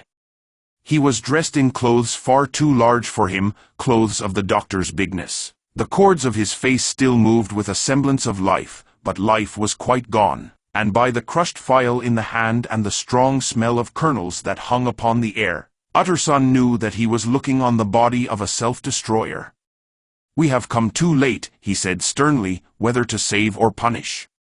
Hyde is gone to his account, and it only remains for us to find the body of your master." The far greater proportion of the building was occupied by the theatre, which filled almost the whole ground story and was lighted from above, and by the cabinet, which formed an upper story at one end and looked upon the court. A corridor joined the theatre to the door on the by-street, and with this the cabinet communicated separately by a second flight of stairs. There were besides a few dark closets and a spacious cellar. All these they now thoroughly examined. Each closet needed but a glance, for all were empty, and all, by the dust that fell from their doors, had stood long unopened. The cellar, indeed, was filled with crazy lumber, mostly dating from the times of the surgeon who was Jekyll's predecessor, but even as they opened the door they were advertised of the uselessness of further search, by the fall of a perfect mat of cobweb which had for years sealed up the entrance. Nowhere was there any trace of Henry Jekyll, dead or alive. Poole stamped on the flags of the corridor. "He must be buried here," he said, hearkening to the sound. "Or he may have fled," said Utterson, and he turned to examine the door in the by-street. It was locked, and lying nearby on the flags, they found the key, already stained with rust. "This does not look like use," observed the lawyer. "Use," echoed Poole. "Do you not see, sir, it is broken? Much as if a man had stamped on it." "Aye," continued Utterson, "and the fractures, too, are rusty." The two men looked at each other with a scare. "This is beyond me, Poole," said the lawyer. "Let us go back to the cabinet." They mounted the stair in silence, and still with an occasional awestruck glance at the dead body, proceeded more thoroughly to examine the contents of the cabinet. At one table, there were traces of chemical work, various measured heaps of some white salt being laid on glass saucers, as though for an experiment in which the unhappy man had been prevented. "That is the same drug that I was always bringing him," said Poole, and even as he spoke, the kettle with a startling noise boiled over. This brought them to the fireside, where the easy-chair was drawn cosily up, and the tea-things stood ready to the sitter's elbow, the very sugar in the cup. There were several books on a shelf. One lay beside the tea-things open, and Utterson was amazed to find it a copy of a pious work, for which Jekyll had several times expressed a great esteem, annotated, in his own hand, with startling blasphemies. Next, in the course of their review of the chamber, the searchers came to the cheval glass, into whose depths they looked with an involuntary horror. But it was so turned as to show them nothing but the rosy glow playing on the roof, the fire sparkling in 100 repetitions along the glazed front of the presses, and their own pale and fearful countenances stooping to look in. "This glass have seen some strange things, sir," whispered Poole. "And surely none stranger than itself," echoed the lawyer in the same tones. For what did Jekyll? He caught himself up at the word with a start, and then conquering the weakness, what could Jekyll want with it? He said. "You may say that," said Poole. Next they turned to the business table. On the desk among the neat array of papers, a large envelope was uppermost, and bore, in the doctor's hand, the name of Mr. Utterson. The lawyer unsealed it, and several enclosures fell to the floor.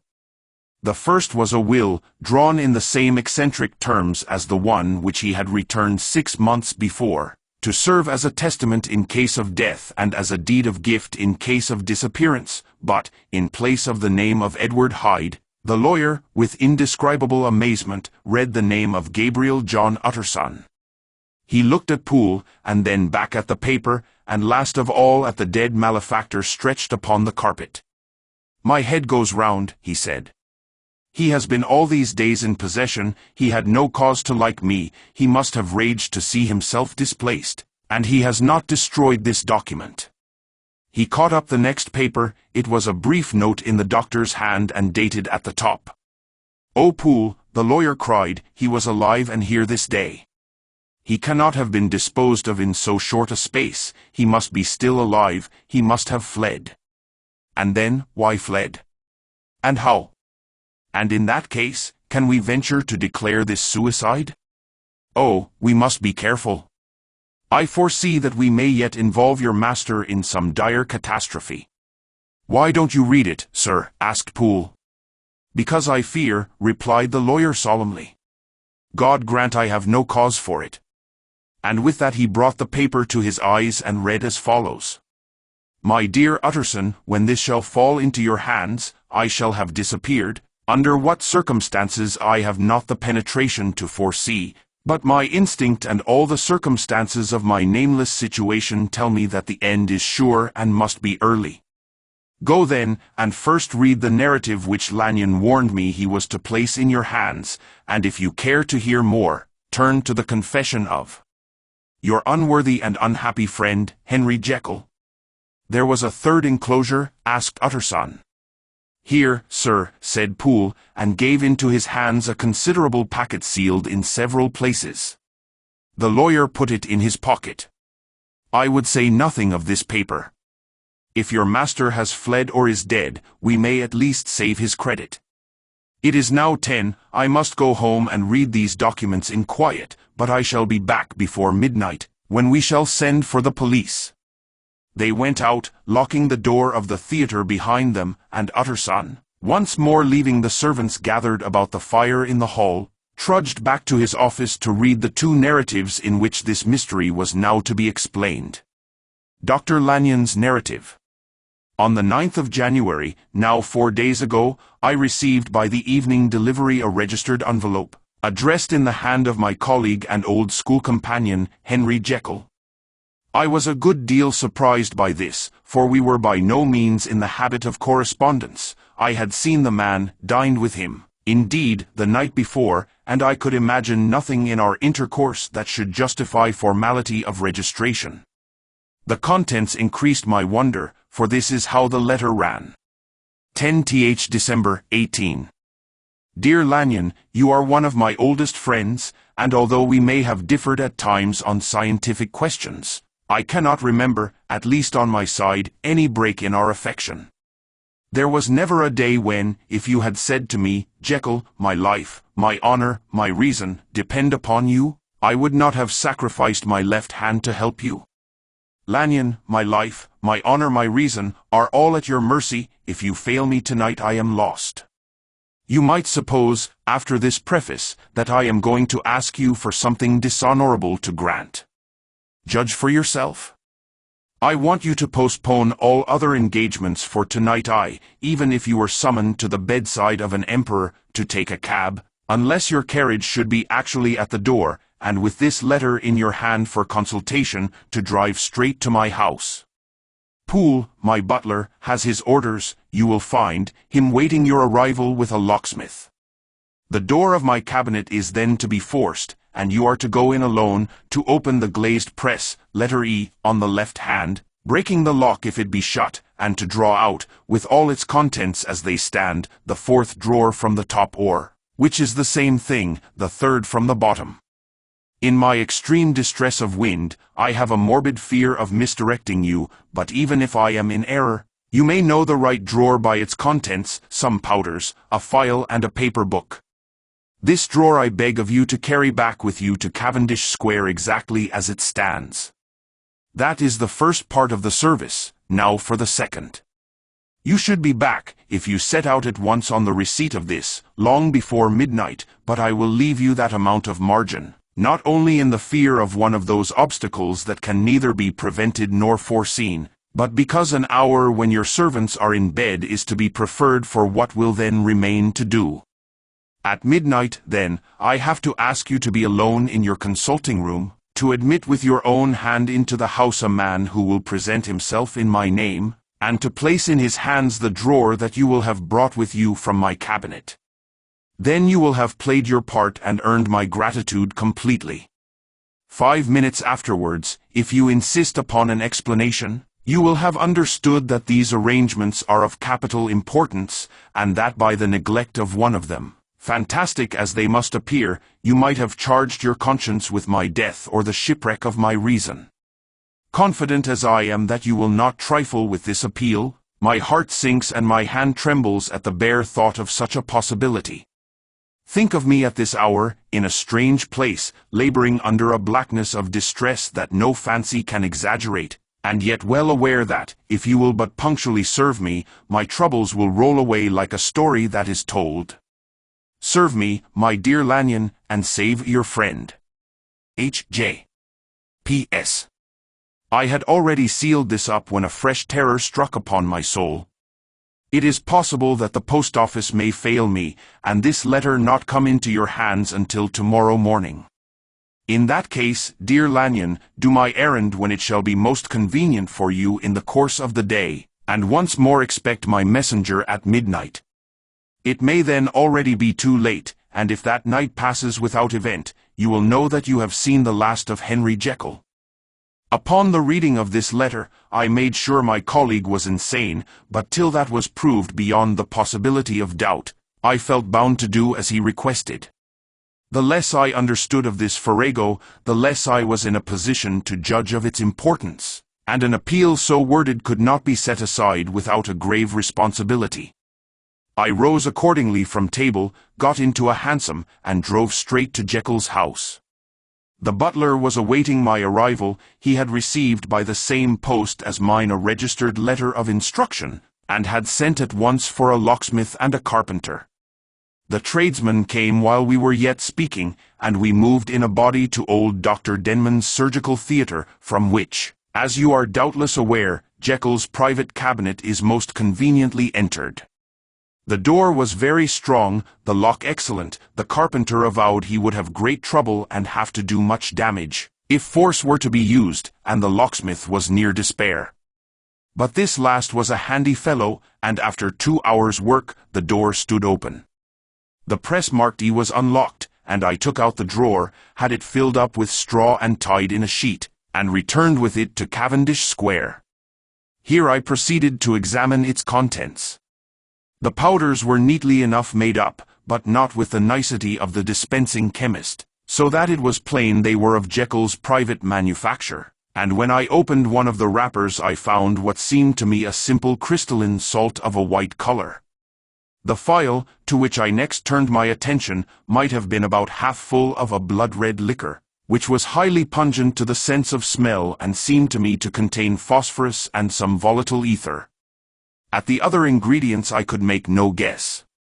The book was an ordinary version book and contained little but a series of dates. These covered a period of many years, but I observed that the entries ceased nearly a year ago and quite abruptly. Here and there a brief remark was appended to a date, usually no more than a single word, double, occurring perhaps 6 times in a total of several hundred entries, and once very early in the list and followed by several marks of exclamation, total failure. All this, though it whetted my curiosity, told me little that was definite. Here were a phial of some tincture, a paper of some salt, and the record of a series of experiments that had led, like too many of Jekyll's investigations, to no end of practical usefulness. How could the presence of these articles in my house affect either the honor, the sanity, or the life of my flighty colleague? If his messenger could go to one place, why could he not go to another? And even granting some impediment, why was this gentleman to be received by me in secret? The more I reflected, the more convinced I grew that I was dealing with a case of cerebral disease. And though I dismissed my servants to bed, I loaded an old revolver, that I might be found in some posture of self-defense. 12 o'clock had scarce rung out over London, ere the knocker sounded very gently on the door. I went myself at the summons, and found a small man crouching against the pillars of the portico. "Are you come from Dr. Jekyll?" I asked. He told me yes by a constrained gesture, and when I had bidden him enter, he did not obey me without a searching backward glance into the darkness of the square. There was a policeman not far off, advancing with his bull's eye open, and at the sight, I thought my visitor started and made greater haste. These particulars struck me, I confess, disagreeably, and as I followed him into the bright light of the consulting room, I kept my hand ready on my weapon. Here, at last, I had a chance of clearly seeing him. I had never set eyes on him before, so much was certain. He was small, as I have said. I was struck besides with the shocking expression of his face, with his remarkable combination of great muscular activity and great apparent debility of constitution, and last but not least with the odd, subjective disturbance caused by his neighborhood. This bore some resemblance to incipient rigor, and was accompanied by a marked sinking of the pulse. At the time, I set it down to some idiosyncratic, personal distaste, and merely wondered at the acuteness of the symptoms. But I have since had reason to believe the cause to lie much deeper in the nature of man, and to turn on some nobler hinge than the principle of hatred. This person, who had thus, from the first moment of his entrance, struck in me what I can only describe as a disgustful curiosity, was dressed in a fashion that would have made an ordinary person laughable. His clothes, that is to say, although they were of rich and sober fabric, were enormously too large for him in every measurement, the trousers hanging on his legs and rolled up to keep them from the ground, the waist of the coat below his haunches, and the collar sprawling wide upon his shoulders. Strange to relate, this ludicrous accoutrement was far from moving me to laughter.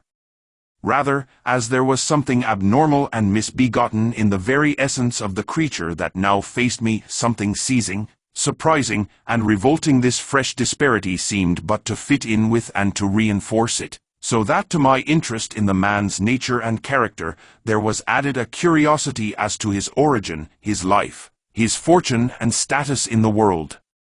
These observations, though they have taken so great a space to be set down in, were yet the work of a few seconds. My visitor was, indeed, on fire with somber excitement. "Have you got it?" he cried. "Have you got it?" And so lively was his impatience that he even laid his hand upon my arm and sought to shake me. I put him back, conscious at his touch of a certain icy pang along my blood. "Come, sir," said I, "you forget that I have not yet the pleasure of your acquaintance. Be seated, if you please." And I showed him an example, and sat down myself in my customary seat, and with as fair an imitation of my ordinary manner to a patient, as the lateness of the hour, the nature of my preoccupations, and the horror I had of my visitor, would suffer me to muster. "I beg your pardon, Dr. Lanyon," he replied civilly enough. "What you say is very well founded, and my impatience has shown its heels to my politeness. I come here at the instance of your colleague, Dr. Henry Jekyll, on a piece of business of some moment, and I understood." He paused and put his hand to his throat, and I could see, in spite of his collected manner, that he was wrestling against the approaches of the hysteria. I understood a drawer. But here I took pity on my visitor's suspense, and some perhaps on my own growing curiosity. "There it is, sir," said I, pointing to the drawer, where it lay on the floor behind a table and still covered with the sheet. He sprang to it, and then paused, and laid his hand upon his heart. I could hear his teeth grate with the convulsive action of his jaws, and his face was so ghastly to see that I grew alarmed both for his life and reason. "Compose yourself," said I. He turned a dreadful smile to me, and as if with the decision of despair, plucked away the sheet. At sight of the contents, he uttered one loud sob of such immense relief that I sat petrified. And the next moment, in a voice that was already fairly well under control, "Have you a graduated glass?" he asked. I rose from my place with something of an effort and gave him what he asked. He thanked me with a smiling nod, measured out a few minims of the red tincture and added one of the powders. The mixture, which was at first of a reddish hue, began, in proportion as the crystals melted, to brighten in color, to effervesce audibly, and to throw off small fumes of vapor. Suddenly and at the same moment, the ebullition ceased and the compound changed to a dark purple, which faded again more slowly to a watery green. My visitor, who had watched these metamorphoses with a keen eye, smiled, set down the glass upon the table, and then turned and looked upon me with an air of scrutiny. "And now," said he, "to settle what remains. Will you be wise? Will you be guided? Will you suffer me to take this glass in my hand and to go forth from your house without further parley? Or has the greed of curiosity too much command of you? Think before you answer, for it shall be done as you decide. As you decide, you shall be left as you were before, and neither richer nor wiser, unless the sense of service rendered to a man in mortal distress may be counted as a kind of riches of the soul. Or, if you shall so prefer to choose, a new province of knowledge and new avenues to fame and power shall be laid open to you, here, in this room, upon the instant, and your sight shall be blasted by a prodigy to stagger the unbelief of Satan." "Sir," said I, affecting a coolness that I was far from truly possessing, "you speak enigmas, and you will perhaps not wonder that I hear you with no very strong impression of belief. But I have gone too far in the way of inexplicable services to pause before I see the end." "It is well," replied my visitor. "Lanyon, you remember your vows. What follows is under the seal of our profession. And now, you who have so long been bound to the most narrow and material views, you who have denied the virtue of transcendental medicine, you who have derided your superiors, behold." He put the glass to his lips and drank at one gulp. A cry followed. He reeled, staggered, clutched at the table and held on, staring with injected eyes, gasping with open mouth. And as I looked there came, I thought, a change. He seemed to swell, His face became suddenly black and the features seemed to melt and alter, and the next moment, I had sprung to my feet and leaped back against the wall, my arm raised to shield me from that prodigy, my mind submerged in terror. "Oh God!"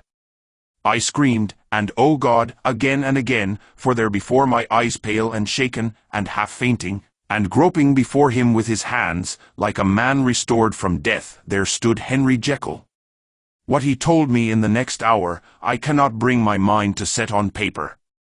I saw what I saw, I heard what I heard, and my soul sickened at it, and yet now when that sight has faded from my eyes, I ask myself if I believe it, and I cannot answer. My life is shaken to its roots, sleep has left me, the deadliest terror sits by me at all hours of the day and night. I feel that my days are numbered, and that I must die, and yet I shall die incredulous. As for the moral turpitude that man unveiled to me, even with tears of penitence, I cannot, even in memory, dwell on it without a start of horror. I will say but one thing, Utterson, and that, if you can bring your mind to credit it, will be more than enough. The creature who crept into my house that night was, on Jekyll's own confession, known by the name of Hyde and hunted for in every corner of the land as the murderer of Carew. Hasty Lanyon. Henry Jekyll's full statement of the case. I was born in the year 18 to a large fortune, endowed besides with excellent parts, inclined by nature to industry, fond of the respect of the wise and good among my fellow men, and thus, as might have been supposed, with every guarantee of an honorable and distinguished future. And indeed the worst of my faults was a certain impatient gaiety of disposition, such as has made the happiness of many, but such as I found it hard to reconcile with my imperious desire to carry my head high, and wear a more than commonly grave countenance before the public. Hence it came about that I concealed my pleasures, and that when I reached years of reflection, and began to look round me and take stock of my progress and position in the world, I stood already committed to a profound duplicity of life. Many a man would have even blazoned such irregularities as I was guilty of, but from the high views that I had set before me, I regarded and hid them with an almost morbid sense of shame. It was thus rather the exacting nature of my aspirations than any particular degradation in my faults, that made me what I was, and, with even a deeper trench than in the majority of men, severed in me those provinces of good and ill which divide and compound man's dual nature. In this case, I was driven to reflect deeply and inveterately on that hard law of life, which lies at the root of religion and is one of the most plentiful springs of distress. Though so profound a double-dealer, I was in no sense a hypocrite, both sides of me were in dead earnest. I was no more myself when I laid aside restraint and plunged in shame, than when I labored, in the eye of day, at the furtherance of knowledge or the relief of sorrow and suffering. And it chanced that the direction of my scientific studies, which led wholly toward the mystic and the transcendental, reacted and shed a strong light on this consciousness of the perennial war among my members. With every day, and from both sides of my intelligence, the moral and the intellectual, I thus drew steadily nearer to that truth, by whose partial discovery I have been doomed to such a dreadful shipwreck, that man is not truly one, but truly two. I say two, because the state of my own knowledge does not pass beyond that point. Others will follow, others will outstrip me on the same lines, and I hazard the guess that man will be ultimately known for a mere polity of multifarious, incongruous, and independent denizens. I, for my part, from the nature of my life, advanced infallibly in one direction and in one direction only. It was on the moral side, and in my own person, that I learned to recognize the thorough and primitive duality of man. I saw that, of the two natures that contended in the field of my consciousness, even if I could rightly be said to be either, it was only because I was radically both, and from an early date, even before the course of my scientific discoveries had begun to suggest the most naked possibility of such a miracle, I had learned to dwell with pleasure, as a beloved daydream, on the thought of the separation of these elements. If each, I told myself, could but be housed in separate identities, life would be relieved of all that was unbearable, The unjust delivered from the aspirations might go his way, and remorse of his more upright twin, and the just could walk steadfastly and securely on his upward path, doing the good things in which he found his pleasure, and no longer exposed to disgrace and penitence by the hands of this extraneous evil. It was the curse of mankind that these incongruous faggots were thus bound together, that in the agonized womb of consciousness, these polar twins should be continuously struggling. How, then, were they dissociated? I was so far in my reflections when, as I have said, a sidelight began to shine upon the subject from the laboratory table. I began to perceive more deeply than it has ever yet been stated the trembling immateriality, the mist-like transience of this seemingly so solid body in which we walk attired. Certain agents I found to have the power to shake and to pluck back that fleshly vestment, even as a wind might toss the curtains of a pavilion. For two good reasons, I will not enter deeply into this scientific branch of my confession. First, because I have been made to learn that the doom and burthen of our life is bound forever on man's shoulders, and when the attempt is made to cast it off, it but returns upon us with more unfamiliar and more awful pressure. Second, because, as my narrative will make, alas, too evident, my discoveries were incomplete. Enough, then, that I not only recognized my natural body for the mere aura and effulgence of certain of the powers that made up my spirit, but managed to compound a drug by which these powers should be dethroned from their supremacy, and a second form and countenance substituted, none the less natural to me because they were the expression, and bore the stamp, of lower elements in my soul. I hesitated long before I put this theory to the test of practice. I knew well that I risked death, for any drug that so potently controlled and shook the very fortress of identity, might by the least scruple of an overdose or at the least inopportunity in the moment of exhibition, utterly blot out that immaterial tabernacle which I looked to it to change. But the temptation of a discovery so singular and profound at last overcame the suggestions of alarm. I had long since prepared my tincture. I purchased at once, from a firm of wholesale chemists, a large quantity of a particular salt which I knew, from my experiments, to be the last ingredient required, and late one accursed night I compounded the elements, watched them boil and smoke together in the glass, and when the ebullition had subsided, with a strong glow of courage, drank off the potion. The most racking pangs succeeded, a grinding in the bones, deadly nausea, and a horror of the spirit that cannot be exceeded at the hour of birth or death. Then these agonies began swiftly to subside, and I came to myself as if out of a great sickness. There was something strange in my sensations, something indescribably new and, from its very novelty, incredibly sweet. I felt younger, lighter, happier in body. Within I was conscious of a heady recklessness, a current of disordered sensual images running like a mill race in my fancy, a solution of the bonds of obligation, an unknown but not an innocent freedom of the soul. I knew myself, at the first breath of this new life, to be more wicked, tenfold more wicked, sold a slave to my original evil, and the thought, in that moment, braced and delighted me like wine. I stretched out my hands, exulting in the freshness of these sensations, and in the act, I was suddenly aware that I had lost in stature. There was no mirror, at that date, in my room. That which stands beside me as I write, was brought there later on and for the very purpose of these transformations. The night, however, was far gone into the morning. The morning, black as it was nearly ripe for the conception of the day. The inmates of my house were locked in the most rigorous hours of slumber, and I determined, flushed as I was with hope and triumph, to venture in my new shape as far as to my bedroom. I crossed the yard, wherein the constellations looked down upon me. I could have thought, with wonder, the first creature of that sort that their unsleeping vigilance had yet disclosed to them. I stole through the corridors, a stranger in my own house, and coming to my room, I saw for the first time the appearance of Edward Hyde. I must here speak by theory alone, saying not that which I know, but that which I suppose to be most probable. The evil side of my nature, to which I had now transferred the stamping efficacy, was less robust and less developed than the good which I had just deposed. Again, in the course of my life, which had been, after all, 9/10 a life of effort, virtue, and control, it had been much less exercised and much less exhausted. And hence, as I think, it came about that Edward Hyde was so much smaller, slighter, and younger than Henry Jekyll. Even as good shone upon the countenance of the one, evil was written broadly and plainly on the face of the other.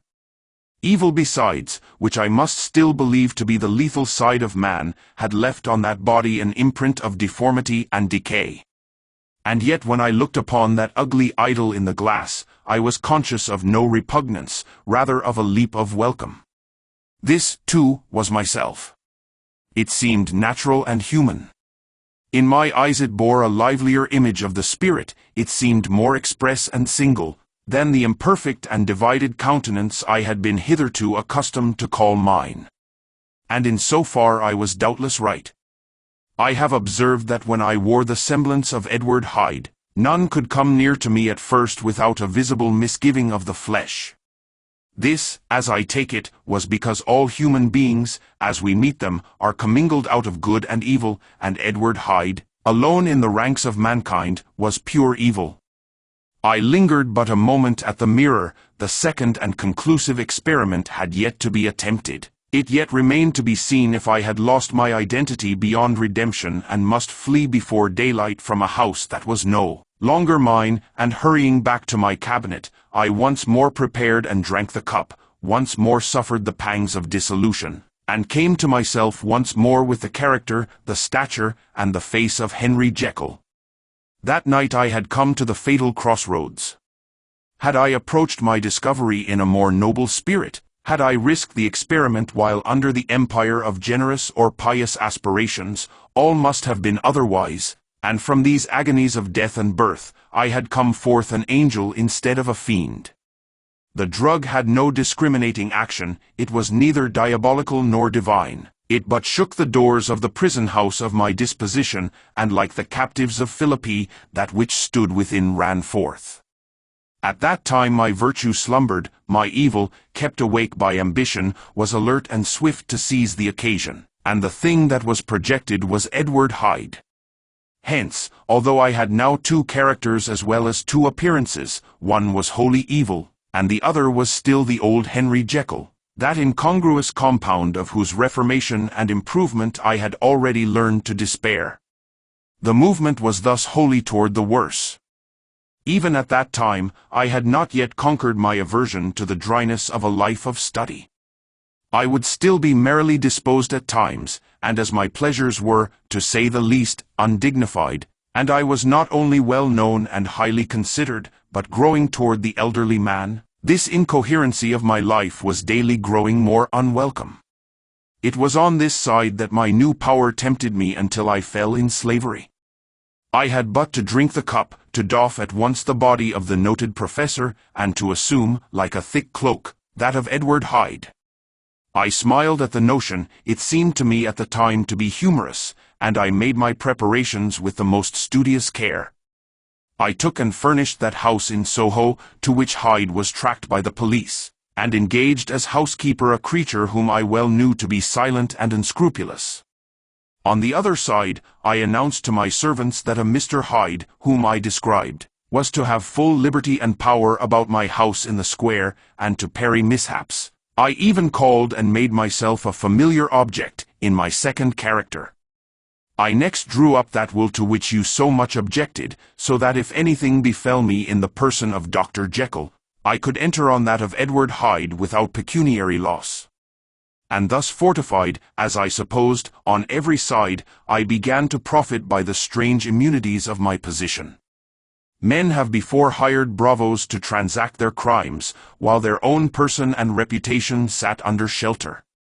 I was the first that ever did so for his pleasures. I was the first that could thus plod in the public eye with a load of genial respectability, and in a moment, like a schoolboy, strip off these lendings and spring headlong into the sea of liberty. But for me, in my impenetrable mantle, the safety was complete. Think of it, I did not even exist. Let me but escape into my laboratory door, Give me but a second or two to mix and swallow the draught that I had always standing ready, and whatever he had done, Edward Hyde would pass away like the stain of breath upon a mirror, and there in his stead, quietly at home, trimming the midnight lamp in his study, a man who could afford to laugh at suspicion, would be Henry Jekyll. The pleasures which I made haste to seek in my disguise were, as I have said, undignified. I would scarce use a harder term. But in the hands of Edward Hyde, they soon began to turn toward the monstrous. When I would come back from these excursions, I was often plunged into a kind of wonder at my vicarious depravity. This familiar that I called out of my own soul, and sent forth alone to do his good pleasure, was a being inherently malign and villainous, his every act and thought centered on self, drinking pleasure with bestial avidity from any degree of torture to another, relentless like a man of stone.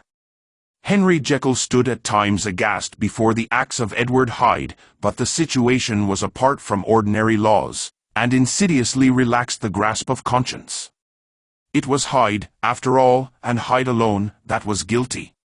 Jekyll was no worse. He woke again to his good qualities seemingly unimpaired. He would even make haste, where it was possible, to undo the evil done by Hyde. And thus his conscience slumbered. Into the details of the infamy at which I thus connived, for even now I can scarce grant that I committed it, I have no design of entering. I mean but to point out the warnings and the successive steps with which my chastisement approached. I met with one accident which, as it brought on no consequence, I shall no more than mention. An act of cruelty to a child aroused against me the anger of a passer-by, whom I recognized the other day in the person of your kinsman. The doctor and the child's family joined him. There were moments when I feared for my life, and at last, in order to pacify their too just resentment, Edward Hyde had to bring them to the door, and pay them in a check drawn in the name of Henry Jekyll. But this danger was easily eliminated from the future, by opening an account at another bank in the name of Edward Hyde himself, and when, by sloping my own hand backward, I had supplied my double with a signature, I thought I sat beyond the reach of fate. Some 2 months before the murder of Sir Danvers, I had been out for one of my adventures, had returned at a late hour, and woke the next day in bed with somewhat odd sensations. It was in vain I looked about me, in vain I saw the decent furniture and tall proportions of my room in the square, in vain that I recognized the pattern of the bed curtains and the design of the mahogany frame. Something still kept insisting that I was not where I was, that I had not wakened where I seemed to be, but in the little room in Soho where I was accustomed to sleep in the body of Edward Hyde. I smiled to myself, and, in my psychological way, began lazily to inquire into the elements of this illusion, occasionally, even as I did so, dropping back into a comfortable morning doze. I was still so engaged when, in one of my more wakeful moments, my eyes fell upon my hand. Now the hand of Henry Jekyll, as you have often remarked, was professional in shape and size. It was large, firm, white, and comely. But the hand which I now saw, clearly enough, in the yellow light of a mid-London morning, lying half shut on the bedclothes, was lean, corded, knuckly, of a dusky pallor and thickly shaded with a swart growth of hair. It was the hand of Edward Hyde. I must have stared upon it for near half a minute, sunk as I was in the mere stupidity of wonder, before terror woke up in my breast as sudden and startling as the crash of cymbals, and bounding from my bed, I rushed to the mirror. At the sight that met my eyes, my blood was changed into something exquisitely thin and icy. Yes, I had gone to bed Henry Jekyll, I had awakened Edward Hyde. How was this to be explained? I asked myself, and then, with another bound of terror, how was it to be remedied? It was well on in the morning, the servants were up, all my drugs were in the cabinet. A long journey down 2 pairs of stairs, through the back passage, across the open court and through the anatomical theatre, from where I was then standing horror-struck. It might indeed be possible to cover my face, but of what use was that, when I was unable to conceal the alteration in my stature? And then, with an overpowering sweetness of relief, it came back upon my mind that the servants were already used to the coming and going of my second self. I had soon dressed, as well as I was able, in clothes of my own size, had soon passed through the house, where Bradshaw stared and drew back at seeing Mr. Hyde at such an hour and in such a strange array, and 10 minutes later, Dr. Jekyll had returned to his own shape and was sitting down, with a darkened brow, to make a feint of breakfasting. Small indeed was my appetite. This inexplicable incident, this reversal of my previous experience, seemed, like the Babylonian finger on the wall, to be spelling out the letters of my judgment, and I began to reflect more seriously than ever before on the issues and possibilities of my double existence. That part of me which I had the power of projecting had lately been much exercised and nourished. It had seemed to me of late as though the body of Edward Hyde had grown in stature, as though, when I wore that form, I were conscious of a more generous tide of blood, and I began to spy a danger that, if this were much prolonged, the balance of my nature might be permanently overthrown, the power of voluntary change be forfeited, and the character of Edward Hyde become irrevocably mine. The power of the drug had not been always equally displayed. Once, very early in my career, it had totally failed me. Since then I had been obliged on more than one occasion to double, and once, with infinite risk of death, to treble the amount, and these rare uncertainties had cast hitherto the sole shadow on my contentment. Now, however, and in the light of that morning's accident, I was led to remark that whereas, in the beginning, the difficulty had been to throw off the body of Jekyll, it had of late gradually but decidedly transferred itself to the other side. All things therefore seemed to point to this, that I was slowly losing hold of my original and better self, and becoming slowly incorporated with my second and worse. Between these two, I now felt I had to choose. My two natures had memory in common, but all other faculties were most unequally shared between them. Jekyll, who was composite, now with the most sensitive apprehensions, now with a greedy gusto, projected and shared in the pleasures and adventures of Hyde, but Hyde was indifferent to Jekyll, or but remembered him as the mountain bandit remembers the cavern in which he conceals himself from pursuit. Jekyll had more than a father's interest, Hyde had more than a son's indifference. To cast in my lot with Jekyll was to die to those appetites which I had long secretly indulged and had of late begun to pamper. To cast it in with Hyde was to die to 1,000 interests and aspirations, and to become, at a blow and forever, despised and friendless. The bargain might appear unequal, but there was still another consideration in the scales. For while Jekyll would suffer smartingly in the fires of abstinence, Hyde would be not even conscious of all that he had lost. Strange as my circumstances were, the terms of this debate are as old and commonplace as man. Much the same inducements and alarms cast the die for any tempted and trembling sinner, and it fell out with me, as it falls with so vast a majority of my fellows, that I chose the better part and was found wanting in the strength to keep to it. Yes, I preferred the elderly and discontented doctor, surrounded by friends and cherishing honest hopes, and bade a resolute farewell to the liberty, the comparative youth, the light step, leaping impulses and secret pleasures, that I had enjoyed in the disguise of Hyde.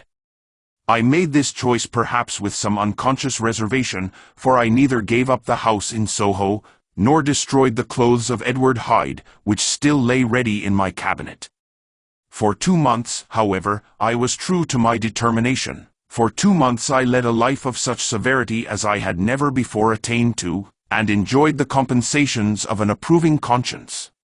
But time began at last to obliterate the freshness of my alarm, the praises of conscience began to grow into a thing of course.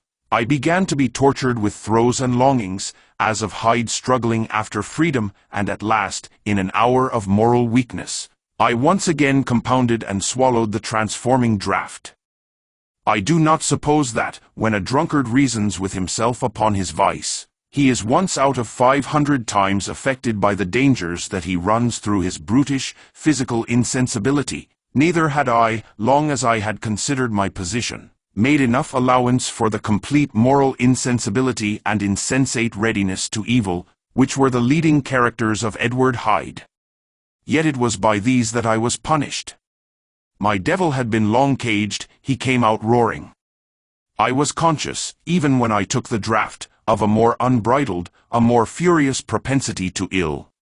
It must have been this, I suppose, that stirred in my soul that tempest of impatience with which I listened to the civilities of my unhappy victim. I declare, at least, before God, no man morally sane could have been guilty of that crime upon so pitiful a provocation, and that I struck in no more reasonable spirit than that in which a sick child may break a plaything.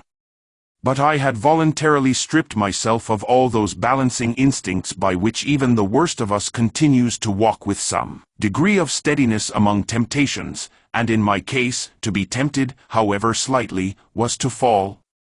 Instantly the spirit of hell awoke in me and raged. With a transport of glee, I mauled the unresisting body, tasting delight from every blow, and it was not till weariness had begun to succeed that I was suddenly, in the top fit of my delirium, struck through the heart by a cold thrill of terror. A mist dispersed, I saw my life to be forfeit, and fled from the scene of these excesses, at once glorying and trembling, my lust of evil gratified and stimulated, my love of life screwed to the topmost peg. I ran to the house in Soho, and, to make assurance doubly sure, destroyed my papers. Thence I set out through the lamplit streets, in the same divided ecstasy of mind, gloating on my crime, light-headedly devising others in the future, and yet still hastening and still hearkening in my wake for the steps of the avenger. Hyde had a song upon his lips as he compounded the draught, and as he drank it, pledged the dead man. The pangs of transformation had not done tearing him, before Henry Jekyll, with streaming tears of gratitude and remorse, had fallen upon his knees and lifted his clasped hands to God. The veil of self-indulgence was rent from head to foot. I saw my life as a whole. I followed it up from the days of childhood, when I had walked with my father's hand, and through the self-denying toils of my professional life, to arrive again and again, with the same sense of unreality, at the damned horrors of the evening.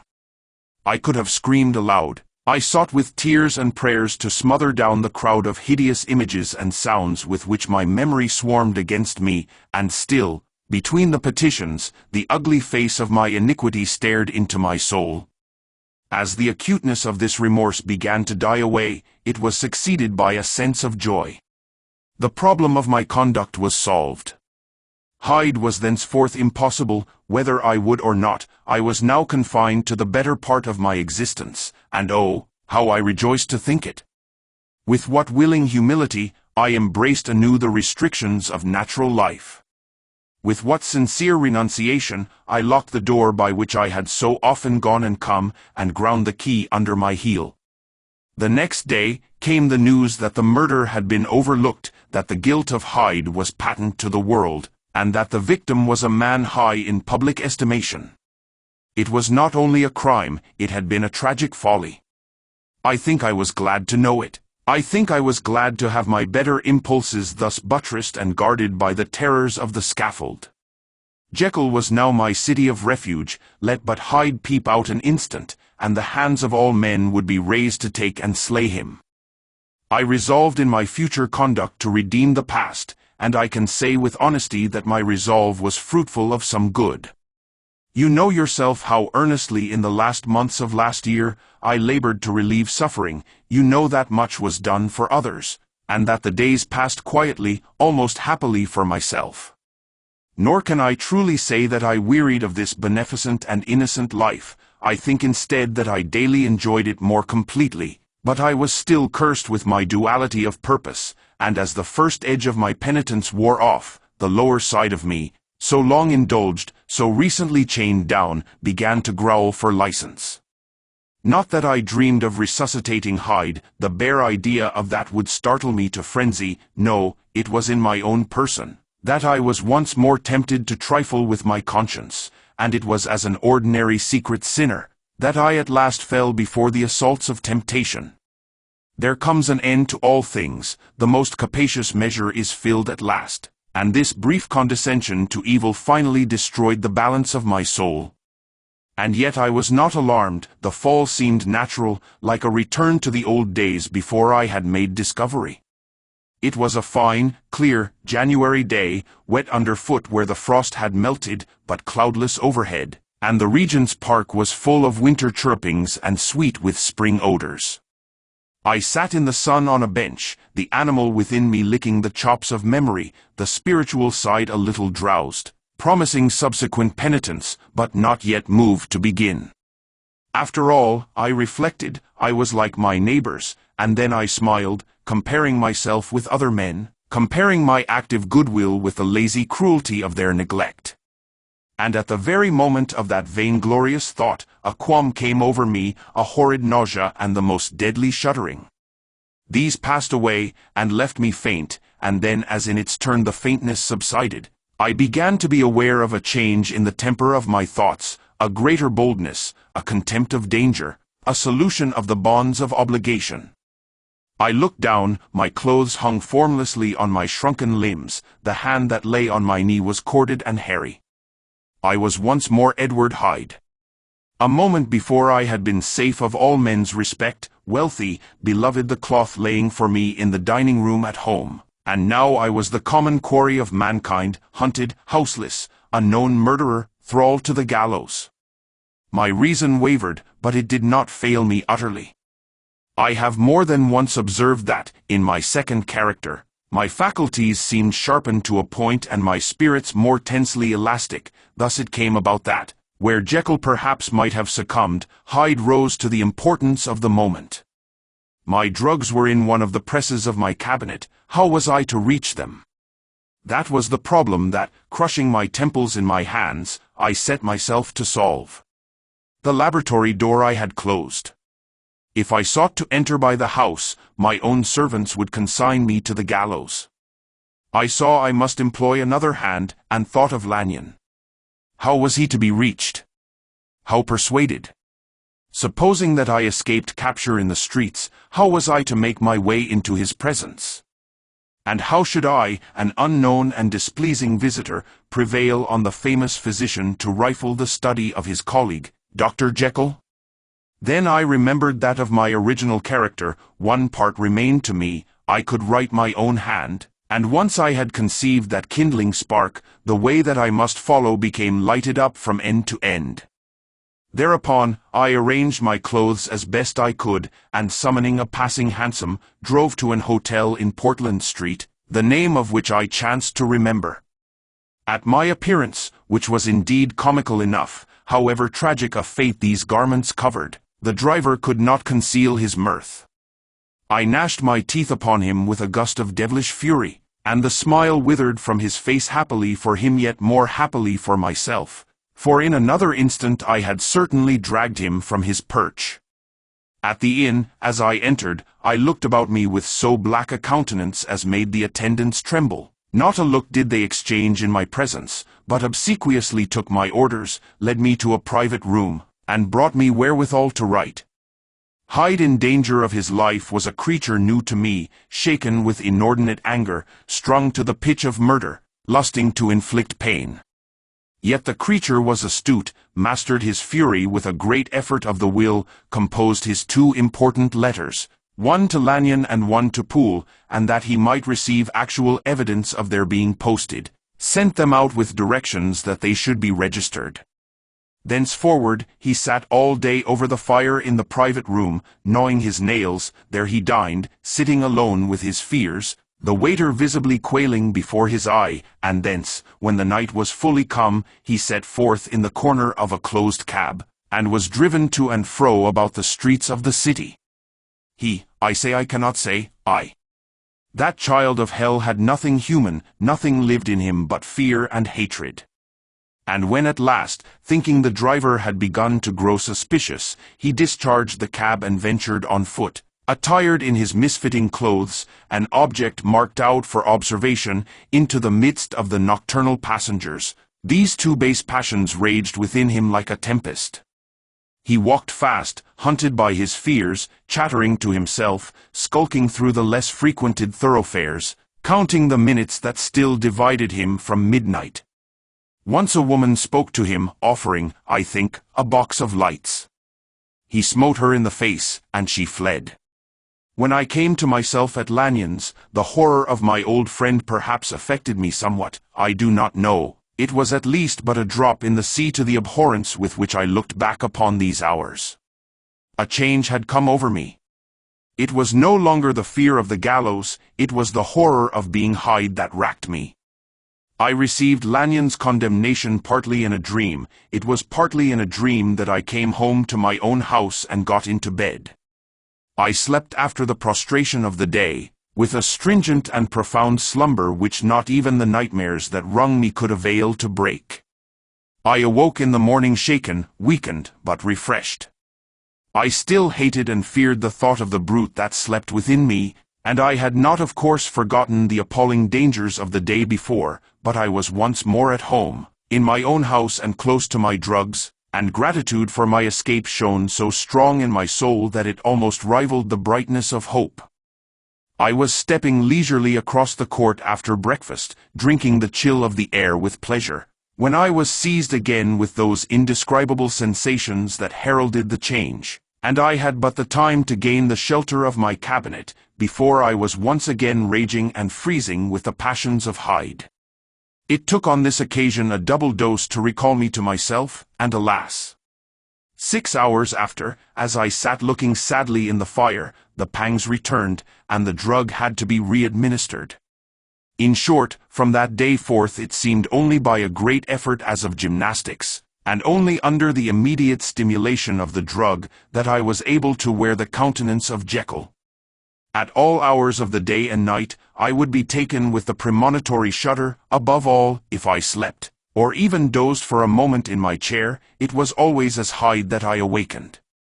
Under the strain of this continually impending doom and by the sleeplessness to which I now condemned myself, even beyond what I had thought possible to man, I became, in my own person, a creature eaten up and emptied by fever, languidly weak both in body and mind, and solely occupied by one thought, the horror of my other self. But when I slept, or when the virtue of the medicine wore off, I would leap almost without transition, for the pangs of transformation grew daily less marked, into the possession of a fancy brimming with images of terror, a soul boiling with causeless hatreds, and a body that seemed not strong enough to contain the raging energies of life. The powers of Hyde seemed to have grown with the sickliness of Jekyll, and certainly the hate that now divided them was equal on each side. With Jekyll, it was a thing of vital instinct. He had now seen the full deformity of that creature that shared with him some of the phenomena of consciousness, and was co-heir with him to death, and beyond these links of community, which in themselves made the most poignant part of his distress, he thought of Hyde, for all his energy of life, as of something not only hellish but inorganic. This was the shocking thing, that the slime of the pit seemed to utter cries and voices, that the amorphous dust gesticulated and sinned, that what was dead, and had no shape, should usurp the offices of life. And this again, that insurgent horror was knit to him closer than a wife, closer than an eye, lay caged in his flesh, where he heard it mutter and felt it struggle to be born, and at every hour of weakness, and in the confidence of slumber, prevailed against him and deposed him out of life. The hatred of Hyde for Jekyll was of a different order. His terror of the gallows drove him continually to commit temporary suicide, and return to his subordinate station of a part instead of a person, but he loathed the necessity, he loathed the despondency into which Jekyll was now fallen, and he resented the dislike with which he was himself regarded. Hence the ape-like tricks that he would play me, scrawling in my own hand blasphemies on the pages of my books, burning the letters and destroying the portrait of my father, and indeed, had it not been for his fear of death, he would long ago have ruined himself in order to involve me in the ruin. But his love of life is wonderful. I go further, I, who sicken and freeze at the mere thought of him. When I recall the abjection and passion of this attachment, and when I know how he fears my power to cut him off by suicide, I find it in my heart to pity him. It is useless, and the time awfully fails me, to prolong this description. No one has ever suffered such torments. Let that suffice, and yet even to these, habit brought not alleviation but a certain callousness of soul, a certain acquiescence of despair, and my punishment might have gone on for years, but for the last calamity which has now fallen, and which has finally severed me from my own face and nature. My provision of the salt, which had never been renewed since the date of the first experiment, began to run low. I sent out for a fresh supply, and mixed the draught. The ebullition followed, and the first change of color, not the second. I drank it, and it was without efficiency. You will learn from Poole how I have had London ransacked. It was in vain, and I am now persuaded that my first supply was impure, and that it was that unknown impurity which lent efficacy to the draught. About a week has passed, and I am now finishing this statement under the influence of the last of the old powders. This, then, is the last time, short of a miracle, that Henry Jekyll can think his own thoughts or see his own face, now how sadly altered, in the glass.